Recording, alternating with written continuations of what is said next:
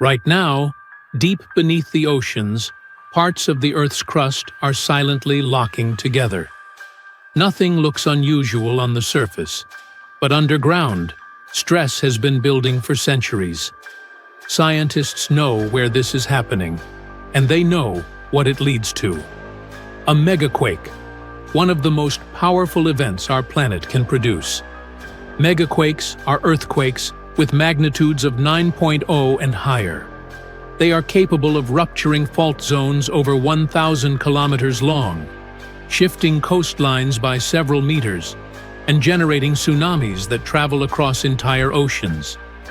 These events are rare, but they follow a pattern. They occur in subduction zones, where one tectonic plate is forced beneath another and becomes locked due to friction. One of the most closely watched regions is the Cascadia subduction zone, which stretches about 1,000 kilometers from northern California to Canada. In this region, the Juan de Fuca plate is slowly being pushed under the North American plate. GPS measurements show that parts of the coastline are currently being compressed by several millimeters per year, which indicates that stress is actively building. The last major earthquake in Cascadia occurred in the year 1700 and is estimated to have reached magnitude 9.0. There were no written records in North America at the time, but the event was strong enough to generate a tsunami that was recorded in Japan.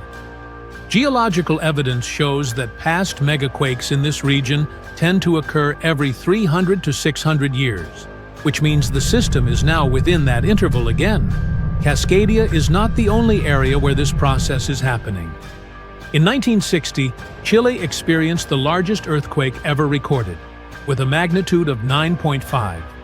The rupture extended over more than 1,000 kilometers, and ground displacement reached up to 20 meters in some locations. The resulting tsunami crossed the Pacific Ocean and caused damage thousands of kilometers away. Another major example occurred in 2011 in Japan. The magnitude 9.0 Tohoku earthquake caused parts of the seafloor to shift suddenly, generating tsunami waves that exceeded 40 meters in height in some areas. The event also moved parts of Japan's main island by more than 2 meters and slightly altered Earth's rotation. The energy released during these events is enormous. A magnitude 9 earthquake releases about 30 times more energy than a magnitude 8 and nearly 1,000 times more than a magnitude 7. This exponential increase is why megaquakes can affect entire regions at once. Tsunamis are one of the most destructive consequences of these earthquakes. When the seafloor moves vertically by several meters, it displaces vast amounts of water almost instantly. This creates waves that can travel at speeds of up to 800 kilometers per hour across open ocean. Unlike normal waves, tsunamis carry energy through the entire depth of the water, allowing them to travel long distances without losing much strength. Despite modern technology, scientists cannot predict the exact timing of a megaquake. However, they can estimate probabilities based on historical patterns and current measurements. Some models suggest there is roughly a 10 to 20% chance of a magnitude 9 earthquake occurring in the Cascadia region within the next 50 years. To monitor these risks, scientists use networks of seismometers, GPS stations, and ocean-based sensors. These systems track ground movement, detect small earthquakes, and measure how stress is accumulating along fault lines. In some regions, early warning systems can detect the first seismic waves and provide alerts seconds before stronger shaking arrives. The idea that a megaquake could cause planetary damage is often overstated. These events do not threaten the stability of the Earth itself.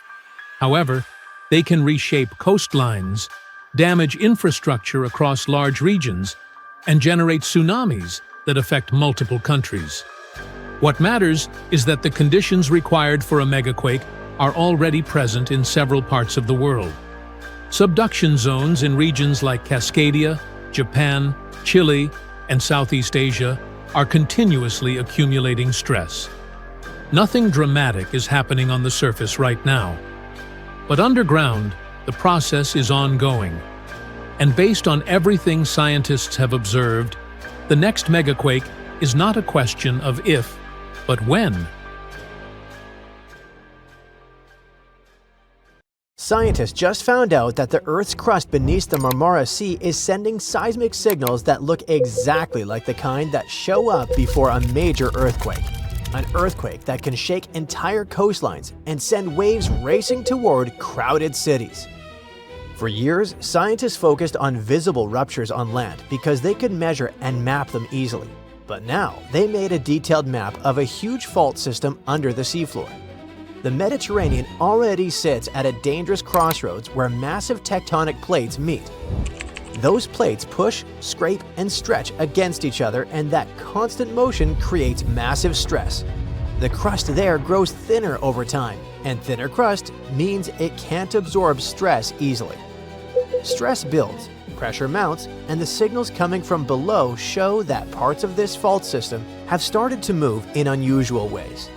The new map shows that future large earthquakes may begin at the boundaries where weaker and stronger sections of the crust meet, or along edges of highly resistive zones. They even pinpointed one of the most likely locations, beneath the Marmara Sea. What makes this discovery so intense is the scale. The faults in the seabed form long corridors where energy can accumulate for decades or centuries. Scientists warn that this setup is the kind that can produce a super earthquake, a massive seismic event capable of shaking large coastal cities and possibly generating tsunamis. A tsunami forms when the seafloor shifts vertically and displaces huge amounts of water, so it looks really plausible in this setting. The water it sets free radiates outward in powerful waves that can cross entire seas. The Mediterranean holds dozens of densely populated shorelines, so it could affect millions of lives. Speaking of that, let's zoom in on Istanbul, Turkey's largest and most populous city. The massive fault line sitting right under it doesn't act the way scientists thought it did.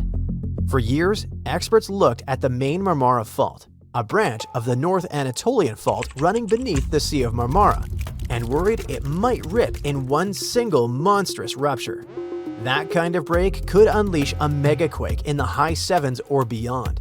But when scientists ran detailed computer simulations covering more than 10,000 years of earthquake cycles, they saw something different.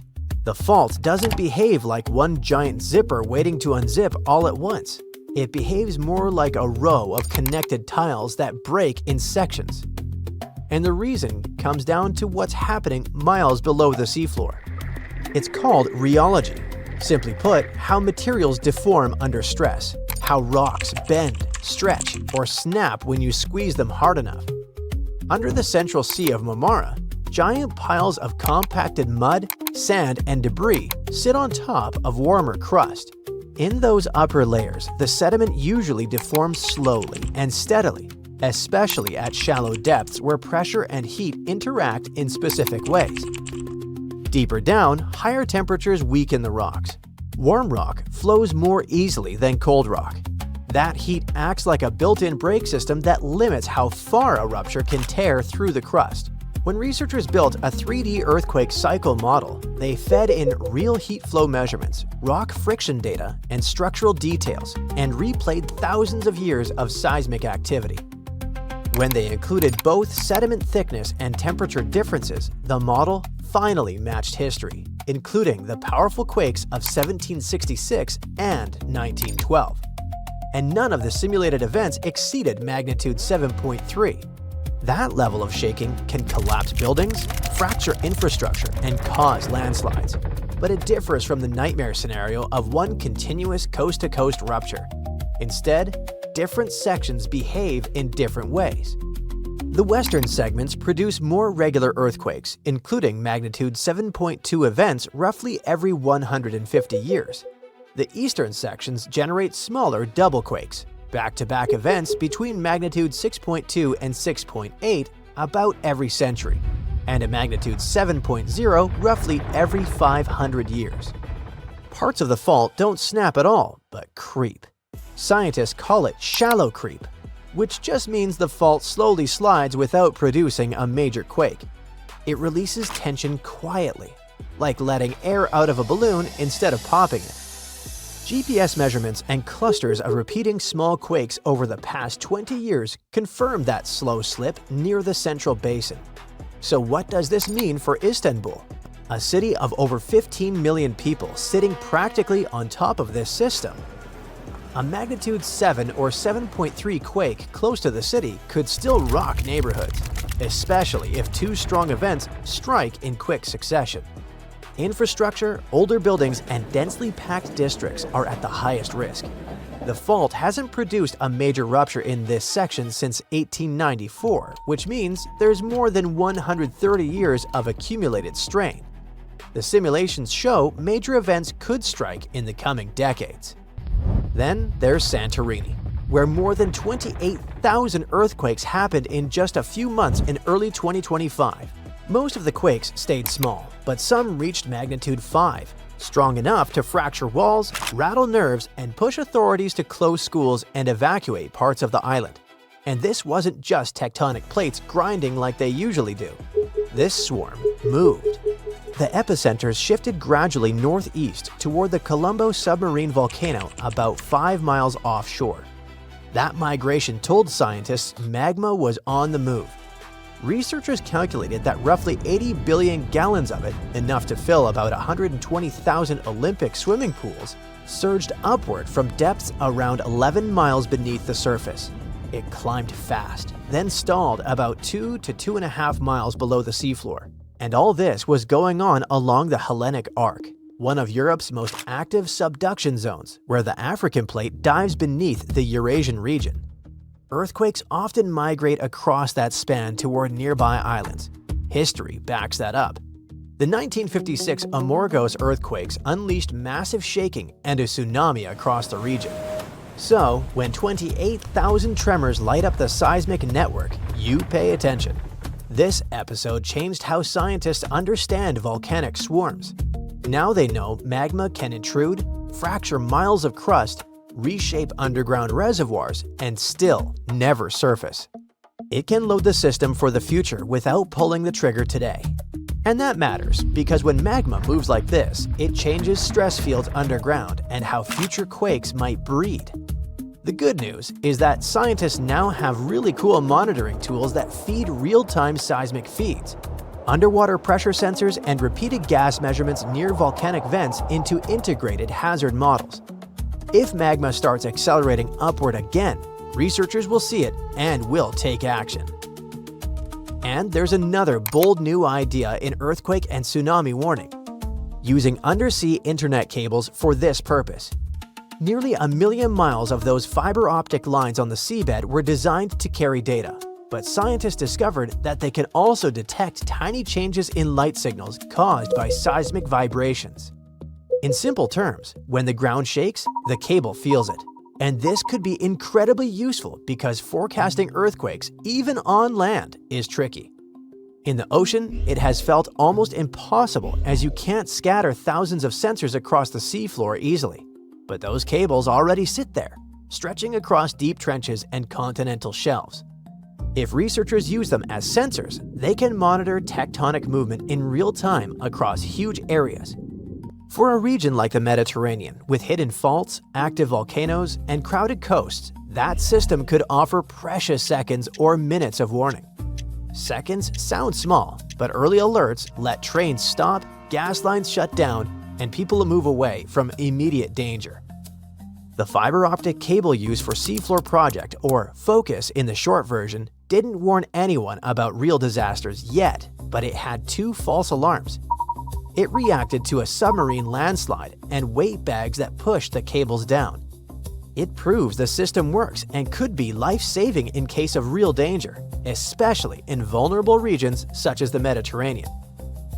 It shaped civilizations for thousands of years, and now science reveals it still shapes itself. They can't stop tectonic plates or cool magma chambers, but they can understand patterns, reduce vulnerability, and design cities smarter. There is a powerful force hiding underground where tectonic plates meet. and one forces another under it. This happens in the Pacific and Indian Oceans. Strain builds over centuries. The tension is unbearable until the megathrust awakens. The Earth shakes with a magnitude that can exceed 9 points, more powerful than any other earthquake. When the seafloor suddenly gets pushed up fast, it sends a huge ripple across the water, and a tsunami of huge force is out. These waves are called teletsunamis, and they cross entire ocean basins, ready to take over coastlines thousands of miles away. The thrust fault stretches over 600 miles. The Earth is not just shaking, it feels like it's tearing apart. This is the power of a megathrust earthquake. Those caught in its path will have to fight for their lives. Japanese authorities recently had to issue their first ever megaquake advisory.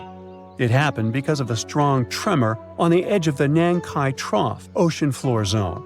In the end, most of the warnings were lifted, and there wasn't much damage from the 7.1 magnitude earthquake.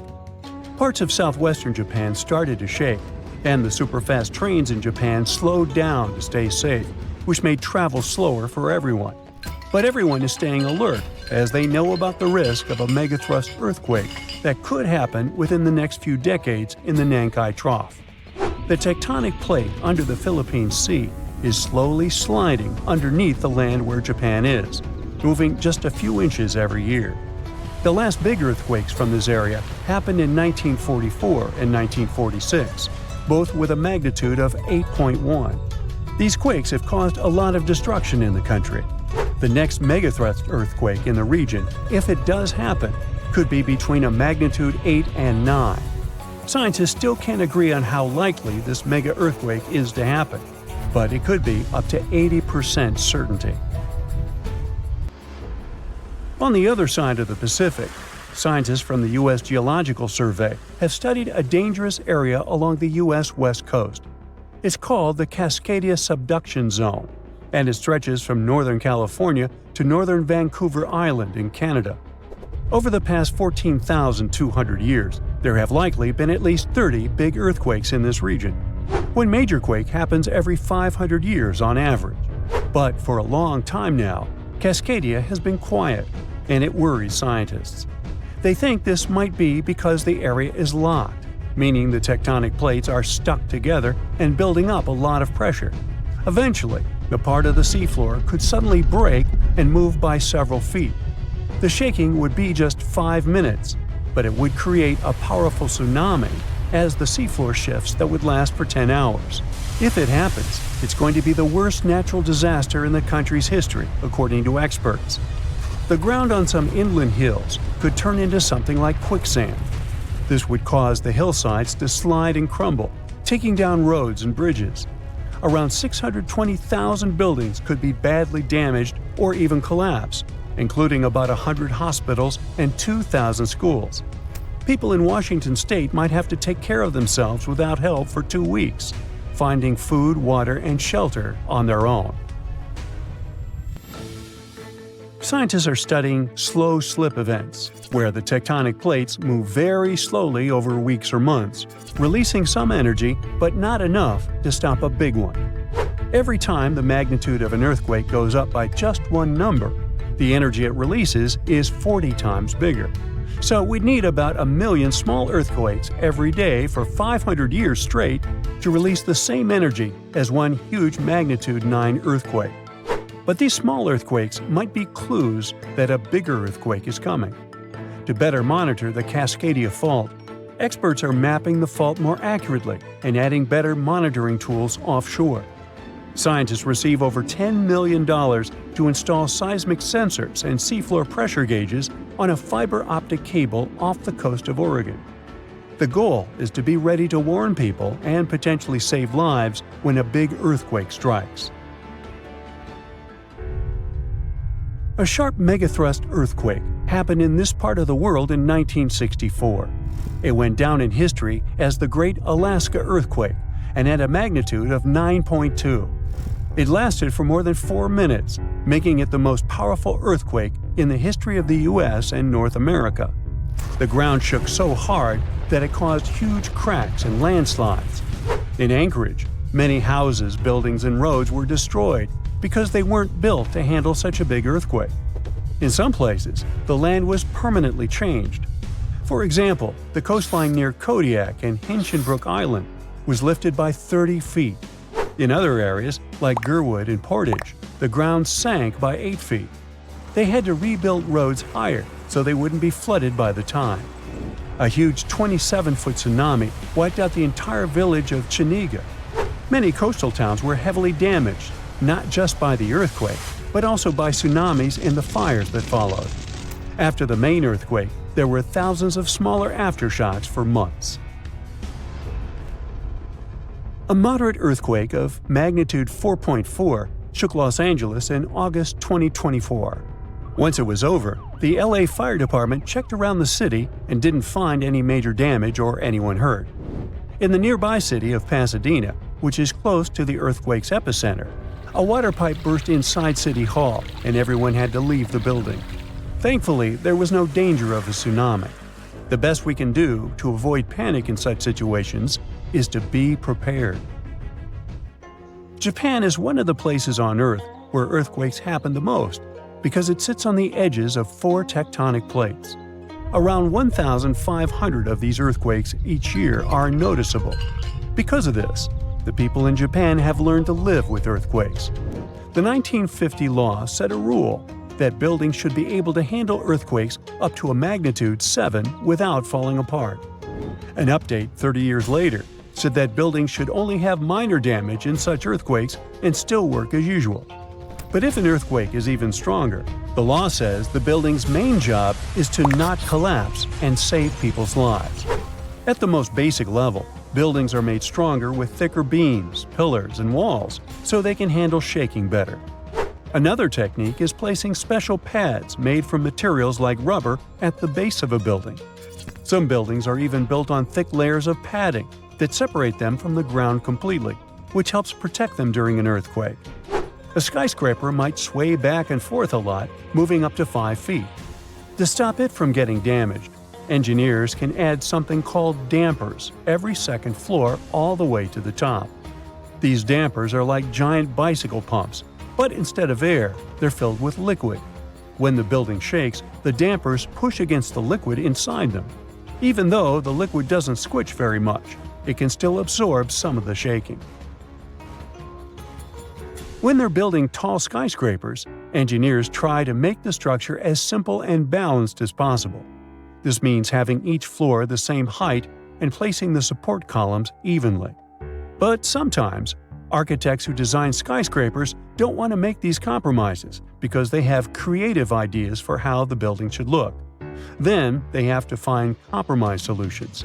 For example, Tokyo's Skytree Tower, one of the tallest buildings in the world, is designed in a futuristic style but also includes special features to protect it from earthquakes. It has a central pillar, like in traditional Japanese pagodas, and seismic dampers that help absorb the energy from an earthquake, keeping the building safe. The strongest earthquake ever to strike east of the Mississippi River that happened over 200 years ago was never over, according to some scientists. Most earthquakes last seconds to minutes, and the official record breaker so far is a silent one in Sumatra that was going on for 32 years. This slow slip event triggered a massive quake and a tsunami. So if it's true that the new Madrid earthquake is still sending aftershocks, we'll have a new top name for this sad list. The earthquake started in December of 1811 with a powerful quake in a sparsely populated part of northeast Arkansas.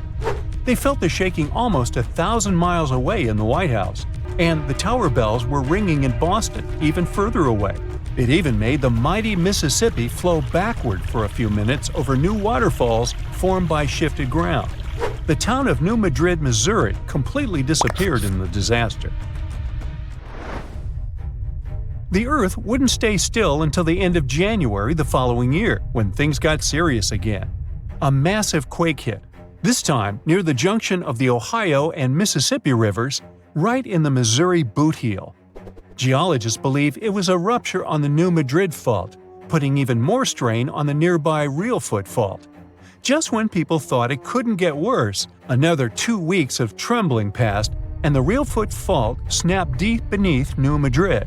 Down in Tennessee, about 15 miles south of New Madrid, the ground uplift created Reelfoot Lake. Steamboats were chugging along the river, with thousands of trees floating and acres of woods torn apart by the quake. In St. Louis, Missouri, which is 160 miles away, buildings were badly damaged, and chimneys fell in Cincinnati, Ohio, 400 miles away. People all the way in Montreal, Canada, over 1,000 miles away, felt the earth shake.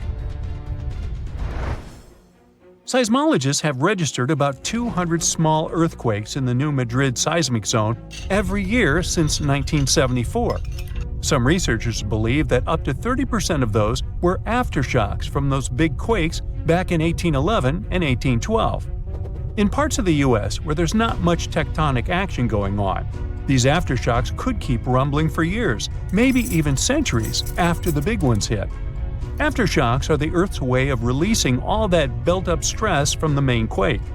When the ground shakes from the first earthquake, it puts a lot of pressure on the rocks nearby. And when those rocks can't take it anymore, they crack, causing even more shaking. That's the aftershock. And they can be pretty intense, especially right after the main quake, but weaken over time. Not all scientists agree that contemporary earthquakes have to do with those from 200 years ago. We mostly associate faults with those lines where Earth's plates meet. But there's a whole network of those right under the center of the North American plate. They're like relics from 750 million years ago, when North America was part of a supercontinent called Rodinia. When Rodinia started to break up, it left behind these rifts, weak spots in the Earth's crust that run deep beneath the modern Midwest. It could explain the earthquake action. An international team of geologists decided to take a fresh look at 3 major earthquakes that shook North America and end the debate. They used a new math method called the nearest neighbor. It says that if earthquakes are too close in space, time, and magnitude to be independent background events, then one is assumed to have triggered the other.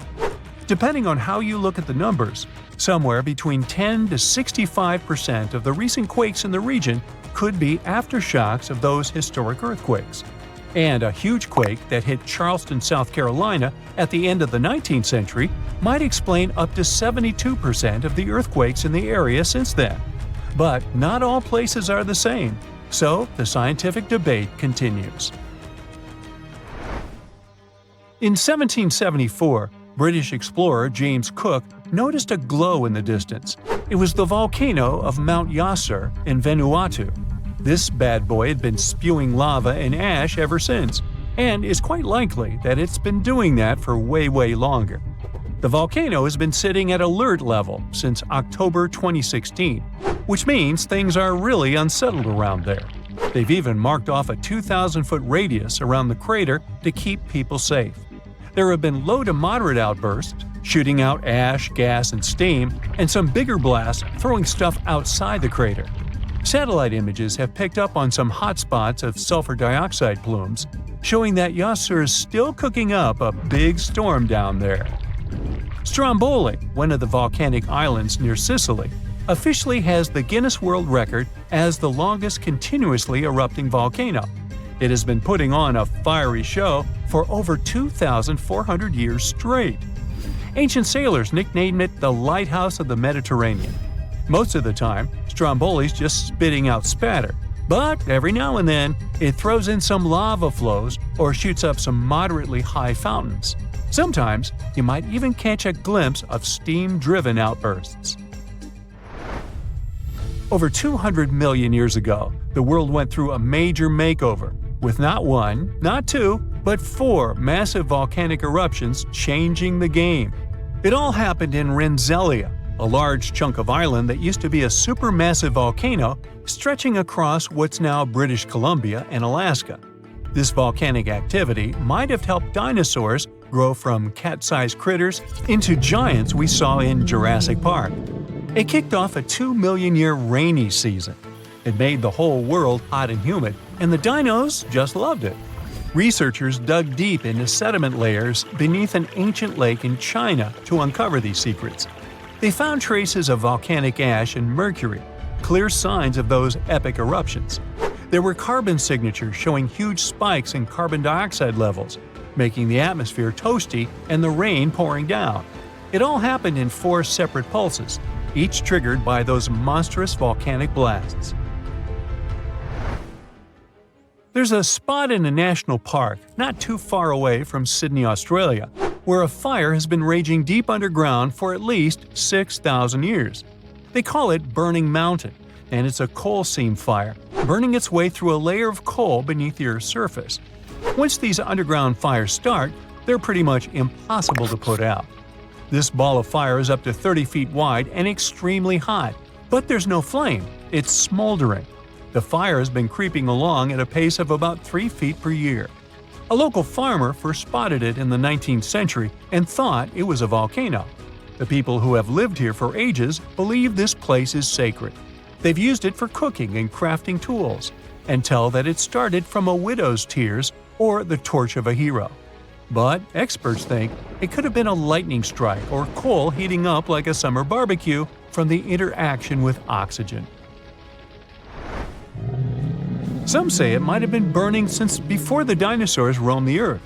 No one knows exactly how long this mountain will burn or in what direction it'll move. Right now, the coal has enough oxygen to burn for centuries or even millennia without human intervention. The fire is heating up the mountain like a giant oven, making it crack and crumble, inviting in more oxygen to feed on. Even if humans decide to take action, these coal seam fires need truckloads of water and liquid nitrogen to tame them. Several years ago, explorers noticed that the smolder was creeping close to a cliff overlooking a little river. And depending on what the coal seam decides to do next, we could see some dramatic changes here in the coming decades. There could be flames with much more heat, or the coal seam could go deep, extinguish itself, and smolder out. Right now, as you're watching this video, 28 major US cities are sinking. You might be in one of them, but please don't panic. This process is very slow, progressing at just a few millimeters per year. But why does almost nobody speak about it? When did all this begin? How does it affect large buildings? Why is this happening, and how can it be fixed? Let's find out. Researchers at Virginia Tech conducted a large-scale geological study of the ground and discovered land subsidence. This means that cities like New York, Dallas, Seattle, and others are slowly sinking into the ground. The main issue is that these cities contain a huge amount of infrastructure. If a lamppost sinks into the ground at a rate of 3 millimeters per year, that's not a big deal. But if a skyscraper with a complex engineering structure starts sinking, it becomes a serious threat. The problem is made worse because the ground sinks unevenly. One part of a city may sink faster than another. The same applies to buildings. If the left side of a house sinks while the right side stays in place, the entire structure could collapse. The problem also affects roads.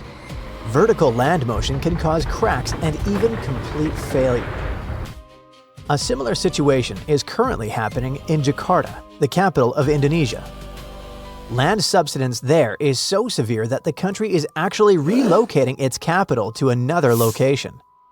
Experts predict that by 2050, 95% of North Jakarta will be completely submerged. Right now, some areas are sinking at a rate of about 10 inches per year, and half of the city is already below sea level. The walls of houses are covered with cracks, the streets smell of dampness, and people who remain in the city are constantly repairing their homes. Yet despite this, luxury real estate continues to be built, and people continue to buy it. Many residents have grown accustomed to these conditions. Flooding has become part of their daily routine. But how do they plan to solve this problem? Authorities want to build a dam, although many experts doubt it will help. It's hard to imagine a similar situation in New York, a city where nearly 26% of the US population lives. The ground beneath this metropolis is sinking at a rate of about 2.5 millimeters per year. That's about 1 inch in every 10 years or 5 inches in 50 years. You might think that's slow to worry about. But the problem is that the ground has already been sinking for decades, and it's almost impossible to predict at what point serious infrastructure problems could begin. But beyond New York, the threat also hangs over Houston, Texas. There, the city is sinking at a rate of just over 5 millimeters per year, which is twice as fast as New York. Fort Worth is sinking at about 4.5 millimeters per year. Dallas is at nearly 5 millimeters. Chicago is sinking at just over 2 millimeters per year. Denver at 1.7 millimeters per year. New York at nearly 2.5 millimeters over the same period. You can find the full list of cities with the most widespread subsidence on the internet. According to scientists, in all 28 cities, at least 20% of urban areas are sinking. In 25 cities, 65% of the ground in inhabited areas is subsiding. If percentages don't mean much to you, here's a number. More than 29,000 buildings are located in zones of high or very high risk of damage. And with each passing year, the risk increases. Some of the highest rates of subsidence are being recorded in several Texas cities, where the average sinking rate is about 5 millimeters per year. Houston has turned out to be the fastest sinking. About 42% of its territory is sinking faster than 5 millimeters per year, and 12% faster than 10 millimeters. New York is also facing serious issues. At one of the city's 3 major airports, LaGuardia, the ground is subsiding at a rate of more than 5 millimeters per year. But the biggest problems are in California. In some areas of this state, the ground hasn't sunk by millimeters or even inches, but by nearly 30 feet. That's about the height of a 3-story building. What does this lead to? Large depressions in the landscape and a wide range of infrastructure problems. Authorities need to figure out how to preserve the integrity of buildings, roads, and bridges before the situation reaches a point of no return.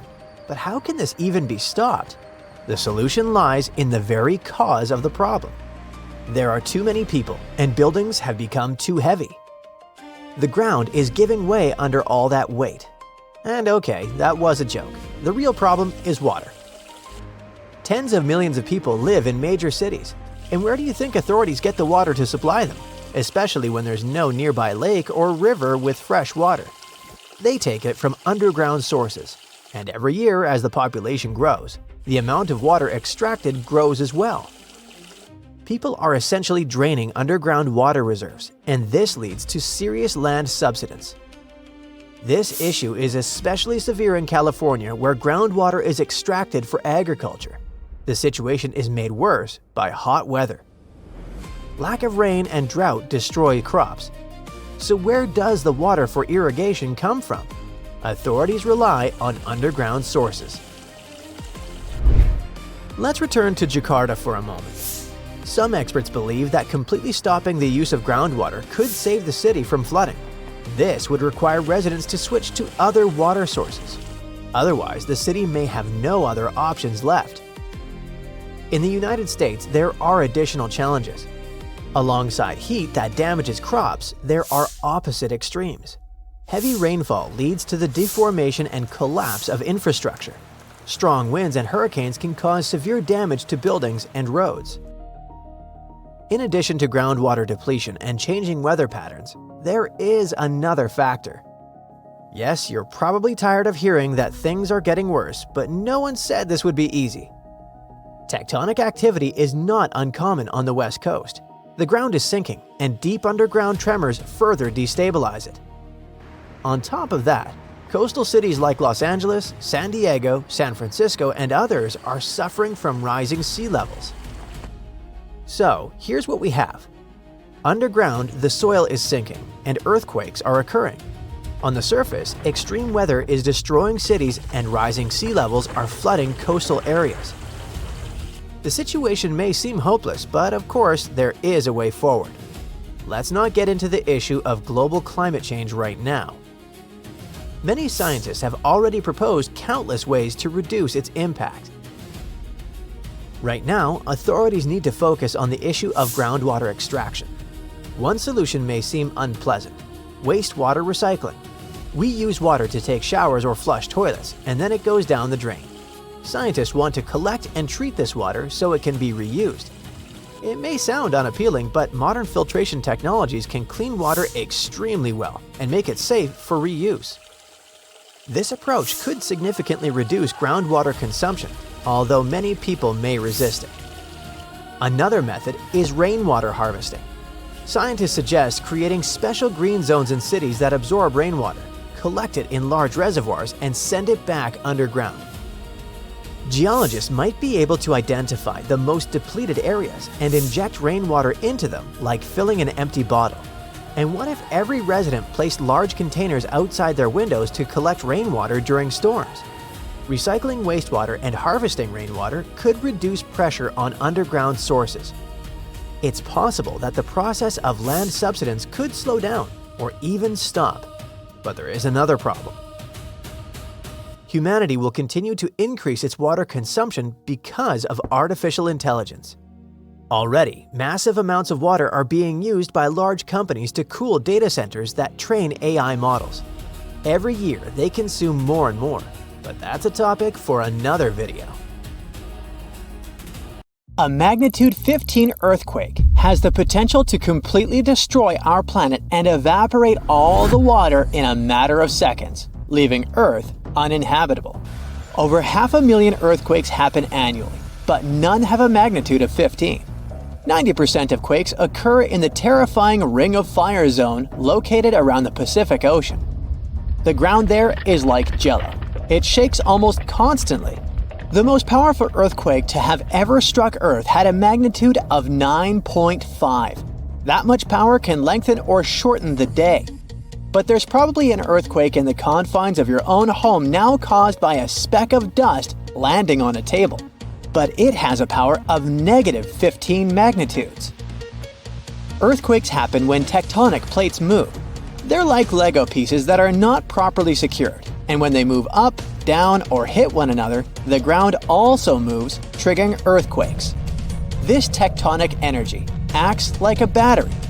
It stores energy for a long time, up to 500 years. When this stored energy is released in a sudden burst, the consequences are horrifying.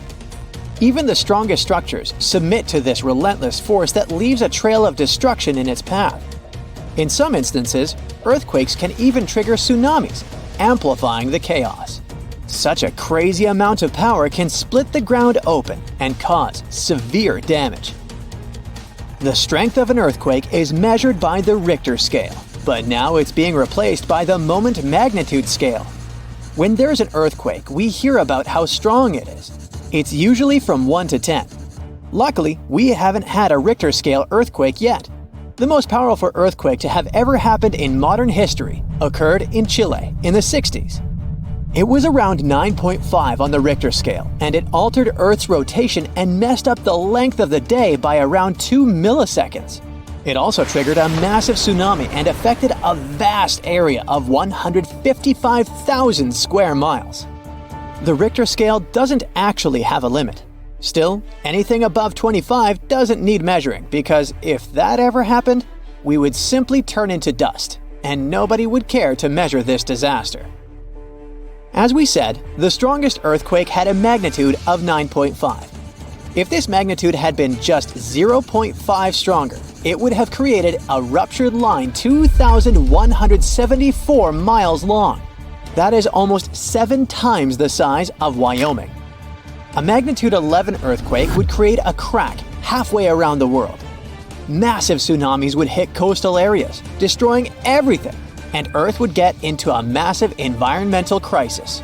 If you love hiking, you would have new mountains to explore, created by the terrifying earthquake.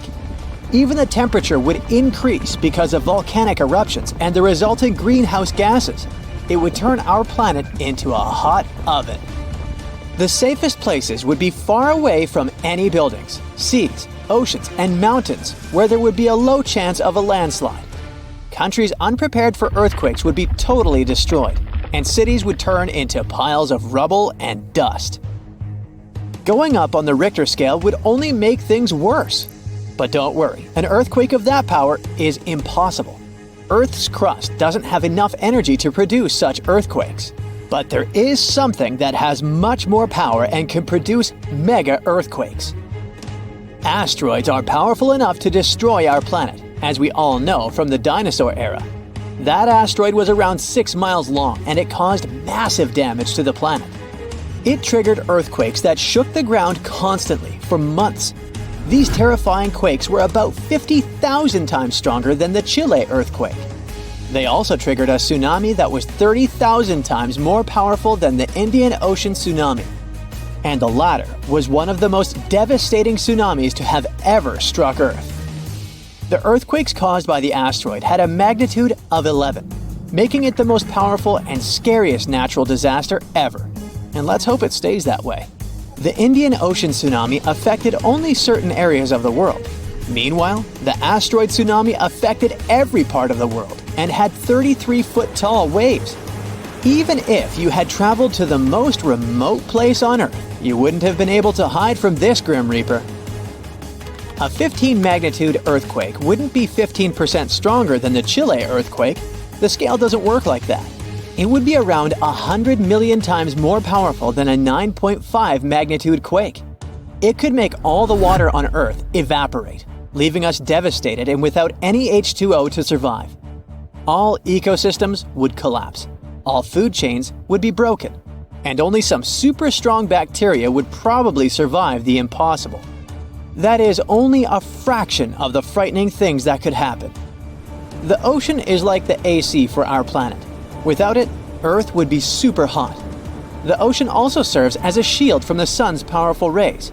It acts as a heat absorber and cools Earth. Scientists think that the most dangerous thing would be the inability of Earth's crust to survive the violent shakes of the 15-magnitude earthquake.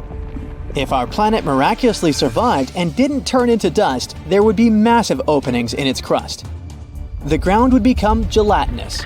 It would randomly move up, down, left, and right, and no building would survive that. Our civilization would be brought back to the Stonehenge era. Tectonic movements like this are devastating. A similar thing happened in Japan when tectonic plates moved 165 feet from each other and then snapped back together, creating a 9-magnitude earthquake. No place on Earth is immune to this bone-chilling natural phenomenon. Still, certain places have higher chances of being destroyed than others, like the Ring of Fire, where 90% of earthquakes happen. This is a place where earthquakes are almost everyday occurrences.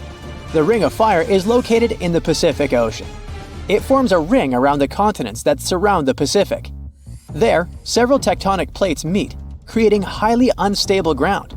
To make the problem much more terrifying, 75% of active volcanoes are located in this area.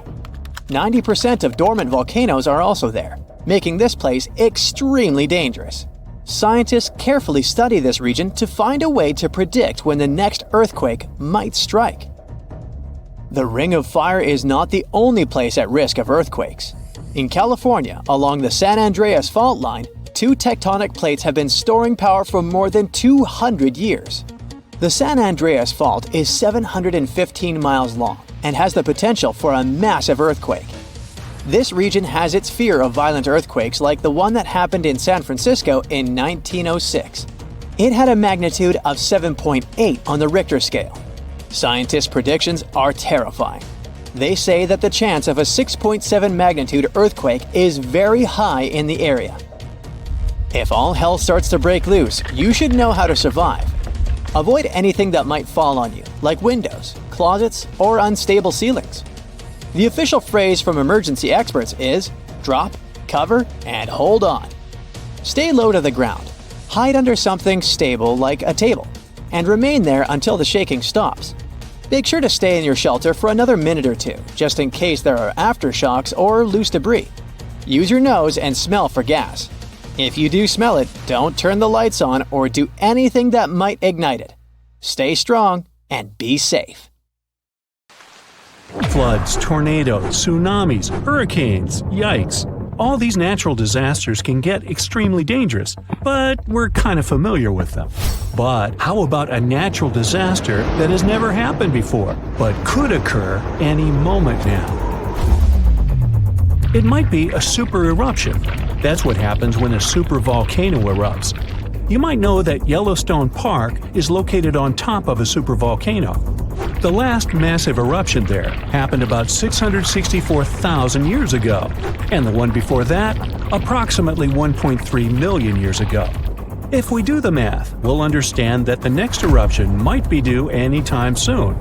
There's no strong evidence that the supervolcano is waking up or preparing for an eruption, but what would it be like if it did happen?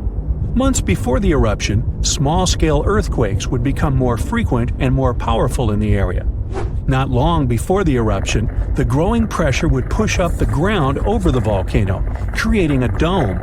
Narrow cracks would open along the edges of this dome. The magma would then start rising toward the surface, and then the eruption would kick off. A massive column of lava and ash would shoot up into the air to a height of over 16 miles. The volcano would keep pumping ash for days on end. The air in that area would heat up to 570 degrees Fahrenheit. For all living creatures, ash fallout would be one of the most dangerous consequences of the eruption. Buildings and trees would start collapsing under the weight of this dense substance. It would only take a couple of days for a 10-foot layer of ash to cover the territory of about 50 miles around the center of the eruption. After the ash got into the stratosphere, the temperatures all over the world would start to drop.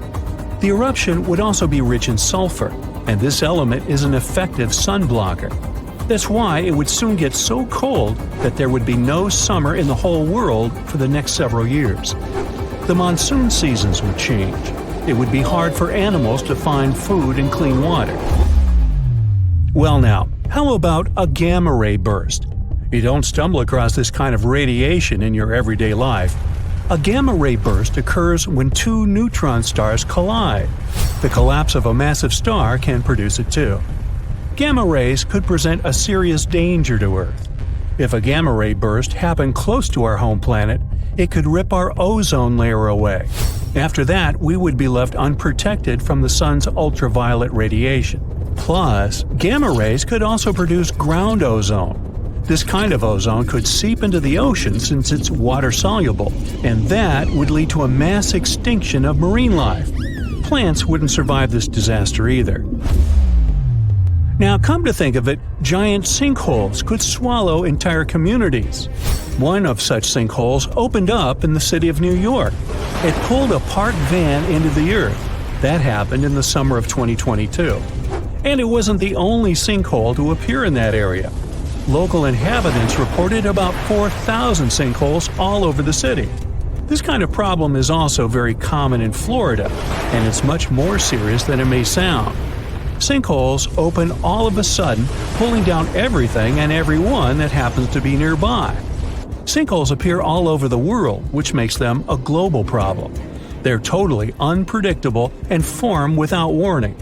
Luckily, experts know what causes them. In some areas, there are vast areas of groundwater. But during droughts, this water dries up.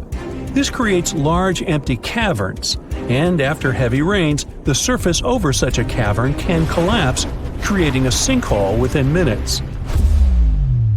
Now, what if we came across a wandering black hole? You might know that a black hole is a region in space where gravity is so powerful that not even light can escape its clutches. Luckily, the nearest one to us is 1,500 light-years away. Nothing to worry about, right? Until you find out about wandering black holes. Now, things get definitely way creepier. If such a black hole entered the solar system, Earth would be doomed. We wouldn't stand a chance against this space monster. In 2012, 13 wandering black holes were spotted not so far away from our planet. But worry not. Not far away, in space terms, means around 1 billion light-years away. So we've got some time left. Plus, the possibility of such a disaster is very, very low. Another natural disaster we haven't experienced yet is a mega flood. It's never happened before, but the changes in climate do make for a risky potential. It could start, let's say, in California. This state experienced some really bad flooding in the past. One of such floods stretched up to 60 miles across and 300 miles long. If a similar disaster happened these days, it would cause $1 trillion worth of damage. It would also uproot millions of people. Now let's talk about a hypercane. Judging from the name, this natural disaster might get extreme. A hypercane is a theoretical hurricane of unsurpassed power. It would occur if the ocean became overheated as a result of climate change, or because of a massive volcanic eruption. In any case, these conditions could create a hurricane that would stretch way beyond the lower stratosphere. And as you may guess, regular hurricanes don't do that. The hypercane speed would reach 500 miles per hour. The pressure inside would be low enough not to let the hypercane to wear out as quickly as other hurricanes. The hypercane could last for weeks on end. But the worst thing? It could damage or even destroy part of Earth's ozone layer, and the hole could be the size of the entire North American continent. Now, this disaster did happen before. About 66 million years ago. I bet you know what I'm hinting at.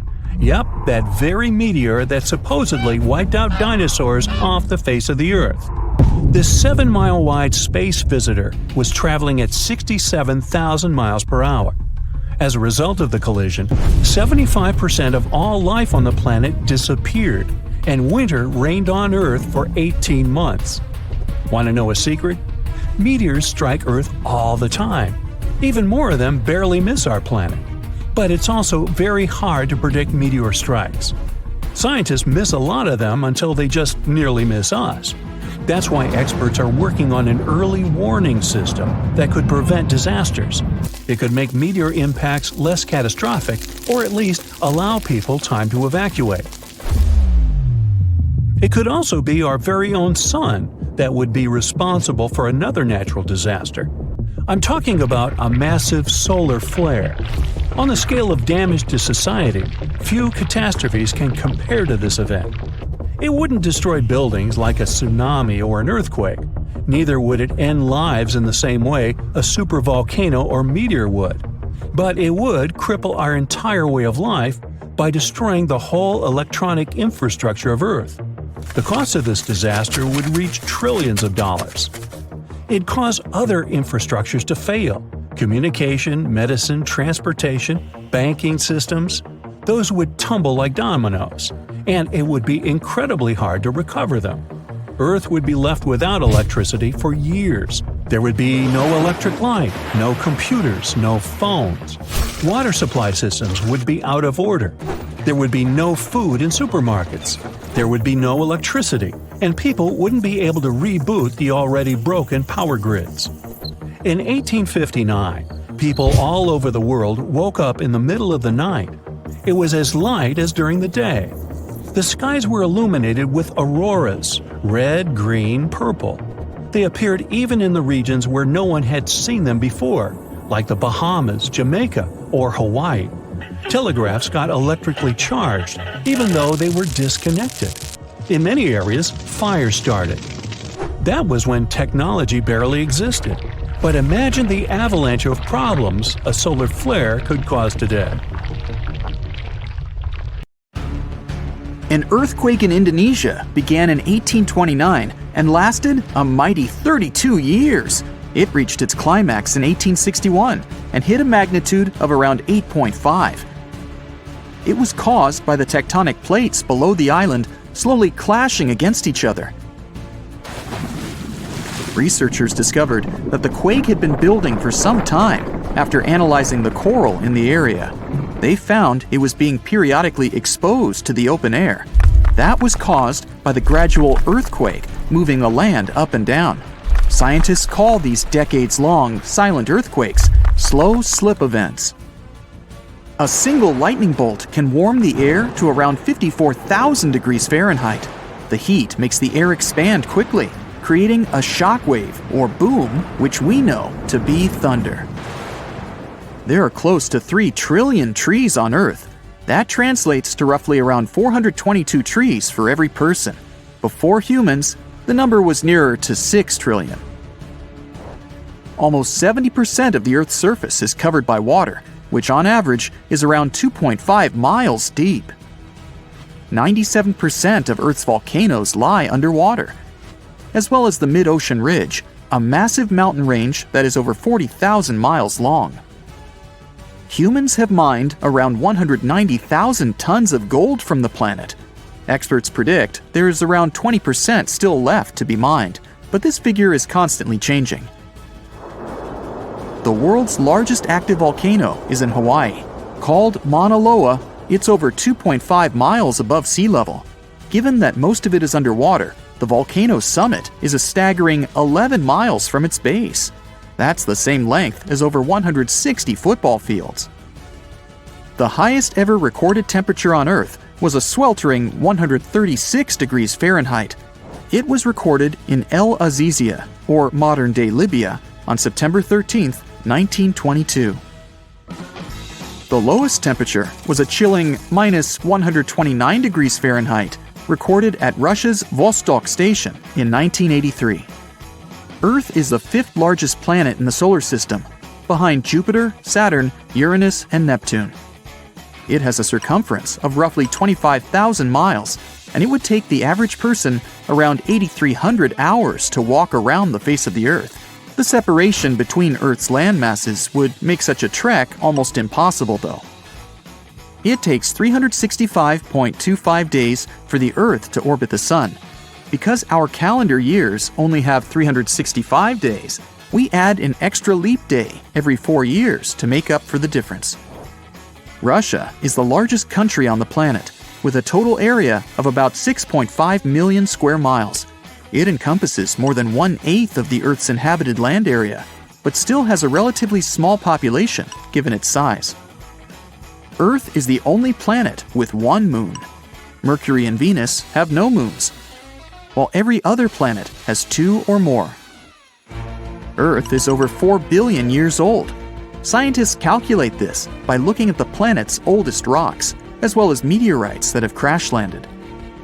They used meteorites as they were formed at the same time as Earth, when the solar system was forming. The ground we walk on is basically recycled. The planet's rock cycle turns igneous rocks to sedimentary ones, then transforms those into metamorphic rocks, and back again. Like Earth, our moon also experiences earthquakes.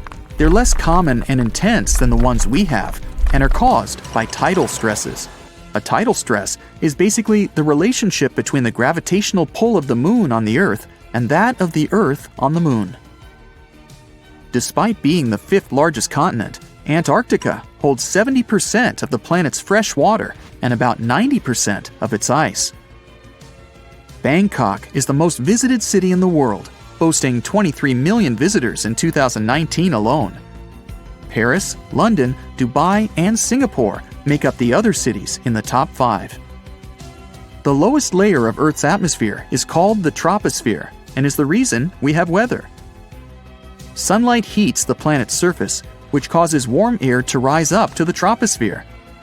This air then expands and cools as the air pressure decreases and sinks down, where it is then warmed by the Earth again. Coral reefs are the largest living structures on the planet, with some even being visible from space. Coral reefs hold the most species per area of any of Earth's ecosystems, even more than rainforests. Earth got its name around 1,000 years ago, and it comes from the German word meaning the ground, but there's no evidence to show who actually named it. Of all the planets, Earth is also the only one which is not named after a Greek or Roman deity. The deepest point of the ocean is the Mariana Trench. It's a whopping 7 miles below sea level. Coastlines cover about 20% of U.S. land, but are home to more than 50% of the U.S. population. The Earth isn't actually a sphere. It's more like a squished ball that bulges at the equator. The bulge is caused by the force of the Earth spinning, which makes the north and south poles slightly flat. The Earth spins on its axis, which is basically an imaginary straight line. Earth has seasons because the axis is tilted, causing the sun's rays to hit different parts of the planet more directly, depending on the time of year. If the sun was as tall as a standard door, the Earth would be around the size of a nickel. The Earth's rate of rotation is gradually decreasing. It's happening so slowly that it would take as much as 140 million years for the length of a day to increase to 25 hours. Get equipped for any season with brand new Brightside merch. Click the link and grab your print. The biggest animal on Earth is the Antarctic blue whale. It can reach lengths of 100 feet and weigh up to 400,000 pounds, which is around the same as 33 elephants. The temperature at the center of the Earth is around the same as the surface of the Sun, at almost 10,000 degrees Fahrenheit. Earth is around 10,000 times older than humans. Earth is around 4.5 billion years old, whereas humans have been around for, at most, 450,000 years. There are around 34,000 known species of fish. The actual number is way higher though, as a whopping 95% of our oceans still haven't been explored. America's Route 66 is longer than the journey to the Earth's core. The distance to the core is roughly 2,000 miles. Route 66 is almost 2,500 miles. The Earth is made up of three main components: the crust, the mantle, and the core, which is divided into the outer core and the inner core. Scientists have estimated that there are around 8.7 million species on the planet. Out of this, between 1 to 2 million of these species are animals. But roughly 86% of land species and 91% of fish have yet to be discovered by humans. Ancient astronomers used to think that the Earth was the center of the universe. For 2,000 years, they believed the Earth to be static, while other bodies traveled in orbit around us. In 1543, Copernicus published his sun-centered model of the solar system. Earth is the densest planet in the solar system. The density varies across its different crusts, but the planet's average density is just over 3 ounces per cubic inch. Mount Everest is the highest point on the planet. Its peak is the highest altitude above sea level at around 5.5 miles.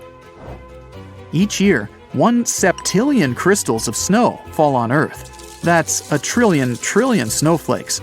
Snow covers about 31% of Earth's land area each year. Of Earth's water, only around 3% is fresh water. The other 97% is salted. Of that 3%, about 2% is frozen in ice and glaciers.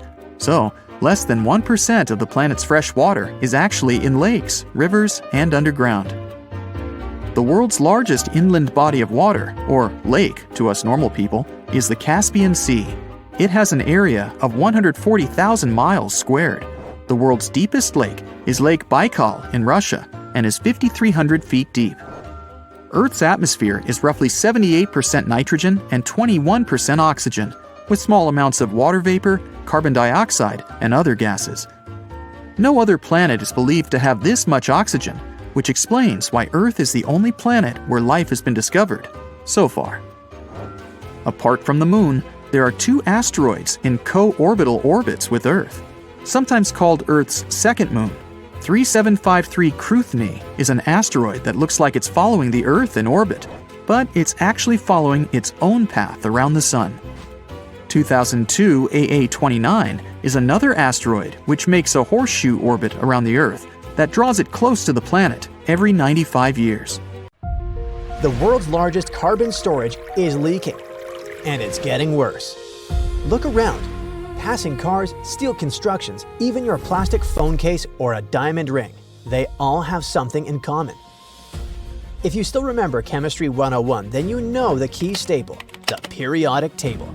Out of all the elements there, one stands out, the king element, carbon. And not only is it vital for almost every industry, it's also crucial for our lives.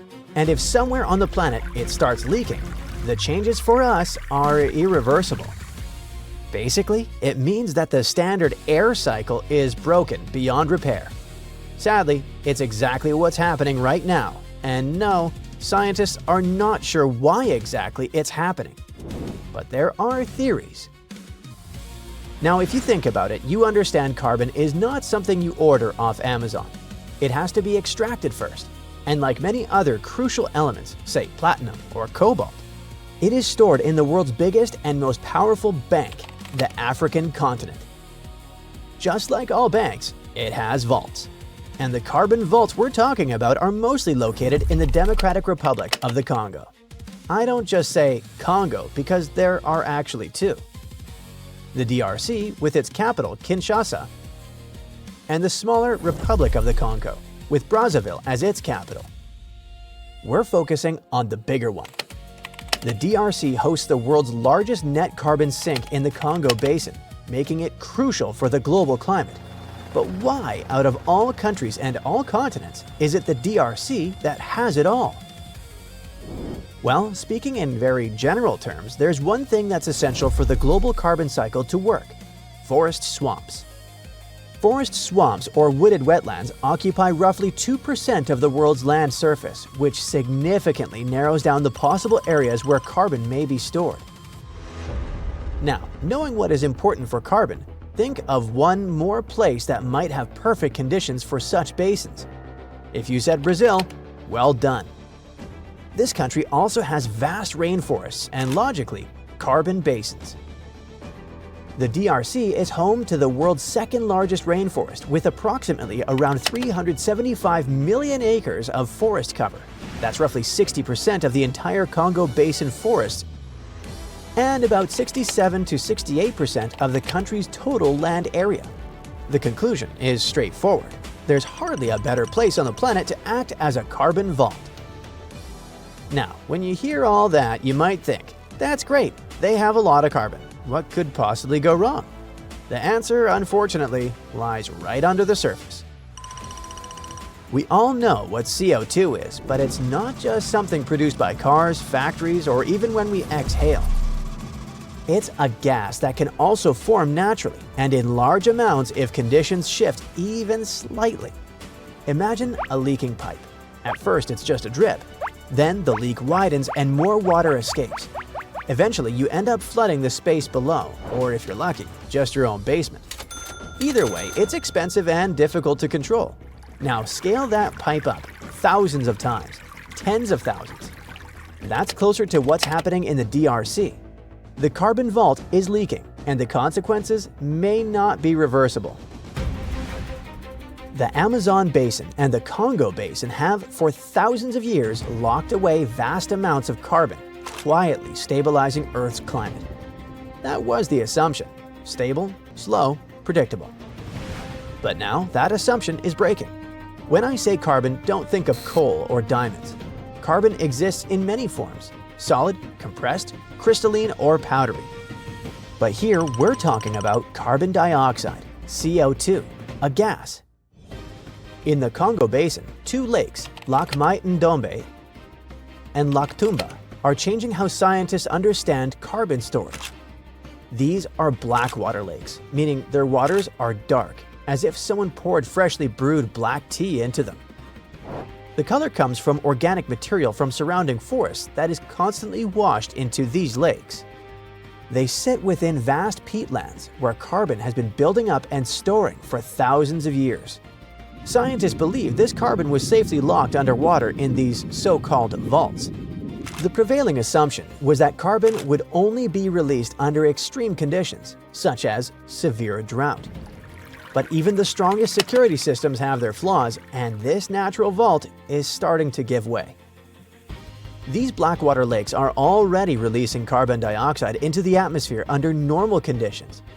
Now, however, the amount is becoming significantly larger. More importantly, up to 40% of that carbon is ancient, thousands of years old. This isn't just fresh plant decay. This is long-stored carbon escaping. The exact mechanism is still unclear. What scientists do know is that organic material from swamp forests flows continuously into these lakes. Along with it comes carbon from deeper peat layers, older, previously stable material. Once it reaches the water, it breaks down and is released into the air as CO2. Now, what is actually so problematic about this? After all, CO2 is naturally present in the atmosphere and does not directly disrupt everyday life. On the contrary, it is an essential component that helps shape the planet as we know it. Earth functions as a complex, self-regulating system. Lakes emit CO2, but in regions like the Congo Basin, dense rainforests help balance these emissions. That balance, however, only holds if conditions remain stable, and currently, they are not. This is not primarily about the obvious factors like deforestation and resulting CO2 imbalance. Those are significant, but they're not the focus here. Instead, attention shifts to broader environmental processes. It is now an established fact that the climate is changing, and it is changing rapidly. Observable differences. Warmer summers, milder winters, altered rainfall patterns are no longer theoretical. These shifts do not only affect human perception, they alter the behavior of entire ecosystems. At its core, this becomes a feedback loop. More CO2 due to industrialization leads to a warmer and drier climate. A warmer and drier climate reduces the ability of rainforests to buffer emissions. Reducing buffering leads to even more CO2 entering the atmosphere. While industrialization initiated much of this process, what is happening in the Congo Basin now is driven by natural responses to those altered conditions. As conditions become drier, peat soils begin to lose moisture. To make this more visual, imagine dry soil forming cracks. Once those cracks appear, external elements can penetrate deeper. Even if these cracks are not visible at the surface, drying soil becomes less dense. When that happens, oxygen can move further down into layers that were previously isolated. Deep within those layers live millions of microorganisms that evolved under low oxygen conditions. Introduce more oxygen and their activity increases.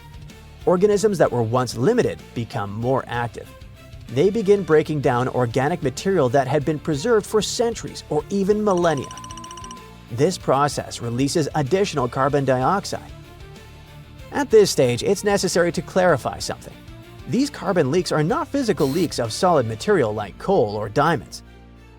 They are emissions of an invisible gas, invisible yet highly impactful. Similar to an industrial gas leak. It cannot be seen with the naked eye, but its effects are significant and far-reaching. It reshapes atmospheric composition and, over time, the climate itself. If the issue were limited to CO2, it would already be serious, but it doesn't end there. These lakes are also emitting methane, a greenhouse gas that is significantly more potent than CO2 over shorter timescales. Under normal conditions, methane emissions are partially controlled by microbes that consume it before it escapes into the atmosphere. However, this natural filtering process depends on stable, water-logged environments. When water levels drop, that filtration weakens. Drier conditions reduce microbial consumption of methane, allowing more of it to escape. As a result, both CO2 and methane emissions increase simultaneously. The overall system begins to shift. What was once a stable carbon sink starts moving toward instability. The process becomes self-reinforcing. Rising temperatures lead to drier conditions. Drier conditions accelerate decomposition. Increased decomposition releases more greenhouse gases. More greenhouse gases lead to further warming. Each step amplifies the next. As of now, the Congo Basin is still a carbon vault, and that remains critically important. But if this cycle continues unchecked, there is a clear risk of transition. Instead of absorbing carbon, the region could begin releasing it at scale.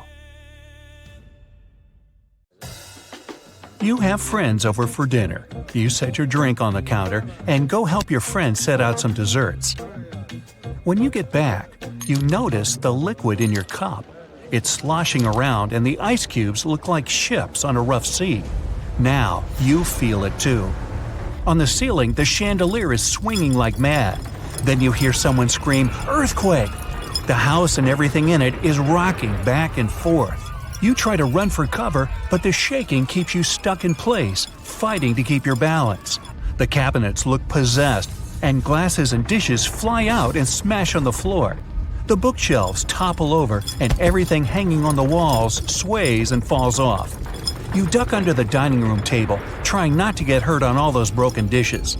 Yeah, you've been through earthquakes before, but none like this. Checking your phone? Typical, no signal. You can't believe what's about to happen. The screams get louder, and suddenly the whole house collapses. The biggest earthquake ever recorded happened in Chile in 1960. Disaster came in the afternoon, just when everyone was out enjoying themselves. To cause serious, life-changing damage, you need to have a magnitude of around 7 or so on the Richter scale. This one was 9.5. This part of Chile is smack dab on the so-called Ring of Fire, the most active volcanic and seismic area in the world along the Pacific Rim.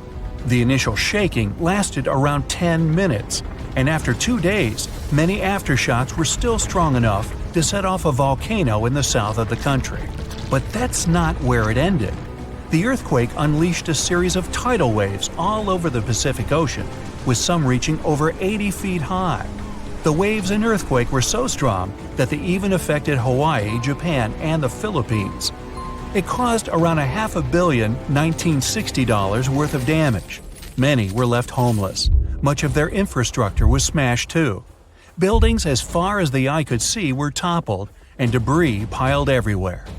Scientists estimate that this earthquake was so powerful, it shifted the Earth's axis, making our days 1.26 microseconds shorter. That might not seem like a lot, but think about it. Just one natural disaster was strong enough to make time move. Many of the coastal cities were flattened and floods were widespread. The economy spiraled downward. According to studies, if this earthquake happened today, it caused more than $20 billion in damages. So what would happen if an earthquake twice that size hit without warning? For starters, you'd likely feel the effects even further away. Tidal waves wouldn't just hit the coasts of Japan and the Philippines. They would move even further to China, Korea, Vietnam, and even Australia. And those waves would be significantly higher than 80 feet, perhaps double that. That's like 8 giraffes piled on top of each other, surfing your way. If you lived by the coast, you'd notice the waves. If you saw the water recede way back so you could practically see where all the fish call home, you'd know it was time to run. Chances are that a tsunami's heading your way. Say it really happens. You're caught under the wreckage, not knowing what's going on. You manage to free yourself and escape to the fresh air. And you're not alone, because all the houses in the neighborhood have turned into piles of bricks and rubble. The bridges have also collapsed, leaving people stranded on either side. You look around, dust yourself off, and rush to find help. Fire trucks and ambulances drive between the broken-down cars and rubble. You try to make it to your car, but the aftershocks are still hitting, and you're getting tossed to the sidewalk. With all the cell towers down, you can't call anyone on your phone. Your knees are shaking, but you manage to power through. Once you reach your car, you see it crushed under a boulder, like a giant soda can. You continue on foot and eventually reach downtown. It looks as if some giant got angry and knocked all the buildings down. You push forward and try to see if you can find some help. Without warning, your phone vibrates. You check it and see 1,000 notifications about a 20-magnitude earthquake. You're still shaking, but that's all you. The ground is still for now. Uh-oh. You hear something in the distance, racing towards you. To your right, you see tidal waves as tall as buildings charging at you. Still in shock, not knowing what to do, you now come to your senses and run. You don't even know which way to go. There's a tsunami right behind you, and in front of you are broken down buildings with rocks and concrete still falling everywhere. Wait, there's a building that's somehow still standing. You need to get on top of that thing. You reach the elevator, but it's jammed. Not surprising. You bolt up the stairs as fast as you can, tripping on broken glass and plaster, but always managing to get back up. You look out a window and see the water. It's so close. You're nearly at the top. A few more flights and… whoosh. The water forces its way into the building and drags you down at least 2 floors. You can barely see anything. Still, you know you must swim up. But the water keeps forcing you downwards. After about 30 seconds, you manage to swim your way out and continue climbing to the top. You scramble to the top floor and collapse on the roof. You're safe for now. The tidal wave is still going strong, plowing its way through the ravaged city center. Your phone is now waterlogged and useless. You have a perfect 360-degree view of your town covered in water and debris. The ground starts to shake again. Maybe you'll just sit around until this is all over, waiting for the rescue helicopter. But then, a loud explosion that almost breaks your eardrums shakes the ground even more. Off in the distance, smoke is rising, and soon it covers the entire sky. Darkness hides the morning sun. That's when you can see lava shooting up into the air and landing nearby. The lava forms into a river, flowing its way into town block by block.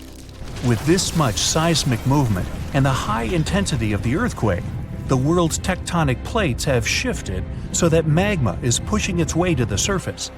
From the earth, steam begins to vent. Then the heat hits you. You see the magma cover the ground like a blanket, eating up every car in its way. What's worse is that the magma is melting the foundations of the buildings that managed to withstand the earthquake and the tsunami. The buildings in the distance are now sinking and collapsing into the raging lava pool that's replaced your town. One by one, every building descends. That means, the building where you're standing is also swaying. It's about to fail. That's when you see the light. You look up and see a helicopter above in the distance. You wave your arms, run around, jump, anything to get noticed. And it works. The chopper makes a few circles and finally drops you a rope ladder. As you're lifted in the chopper, you take a good look at the world below you as it wriggles around like noodles in a strainer. You land a few miles out and are immediately treated by a doctor in an emergency triage center. You were one of the lucky ones. A year later, the tsunami water has receded.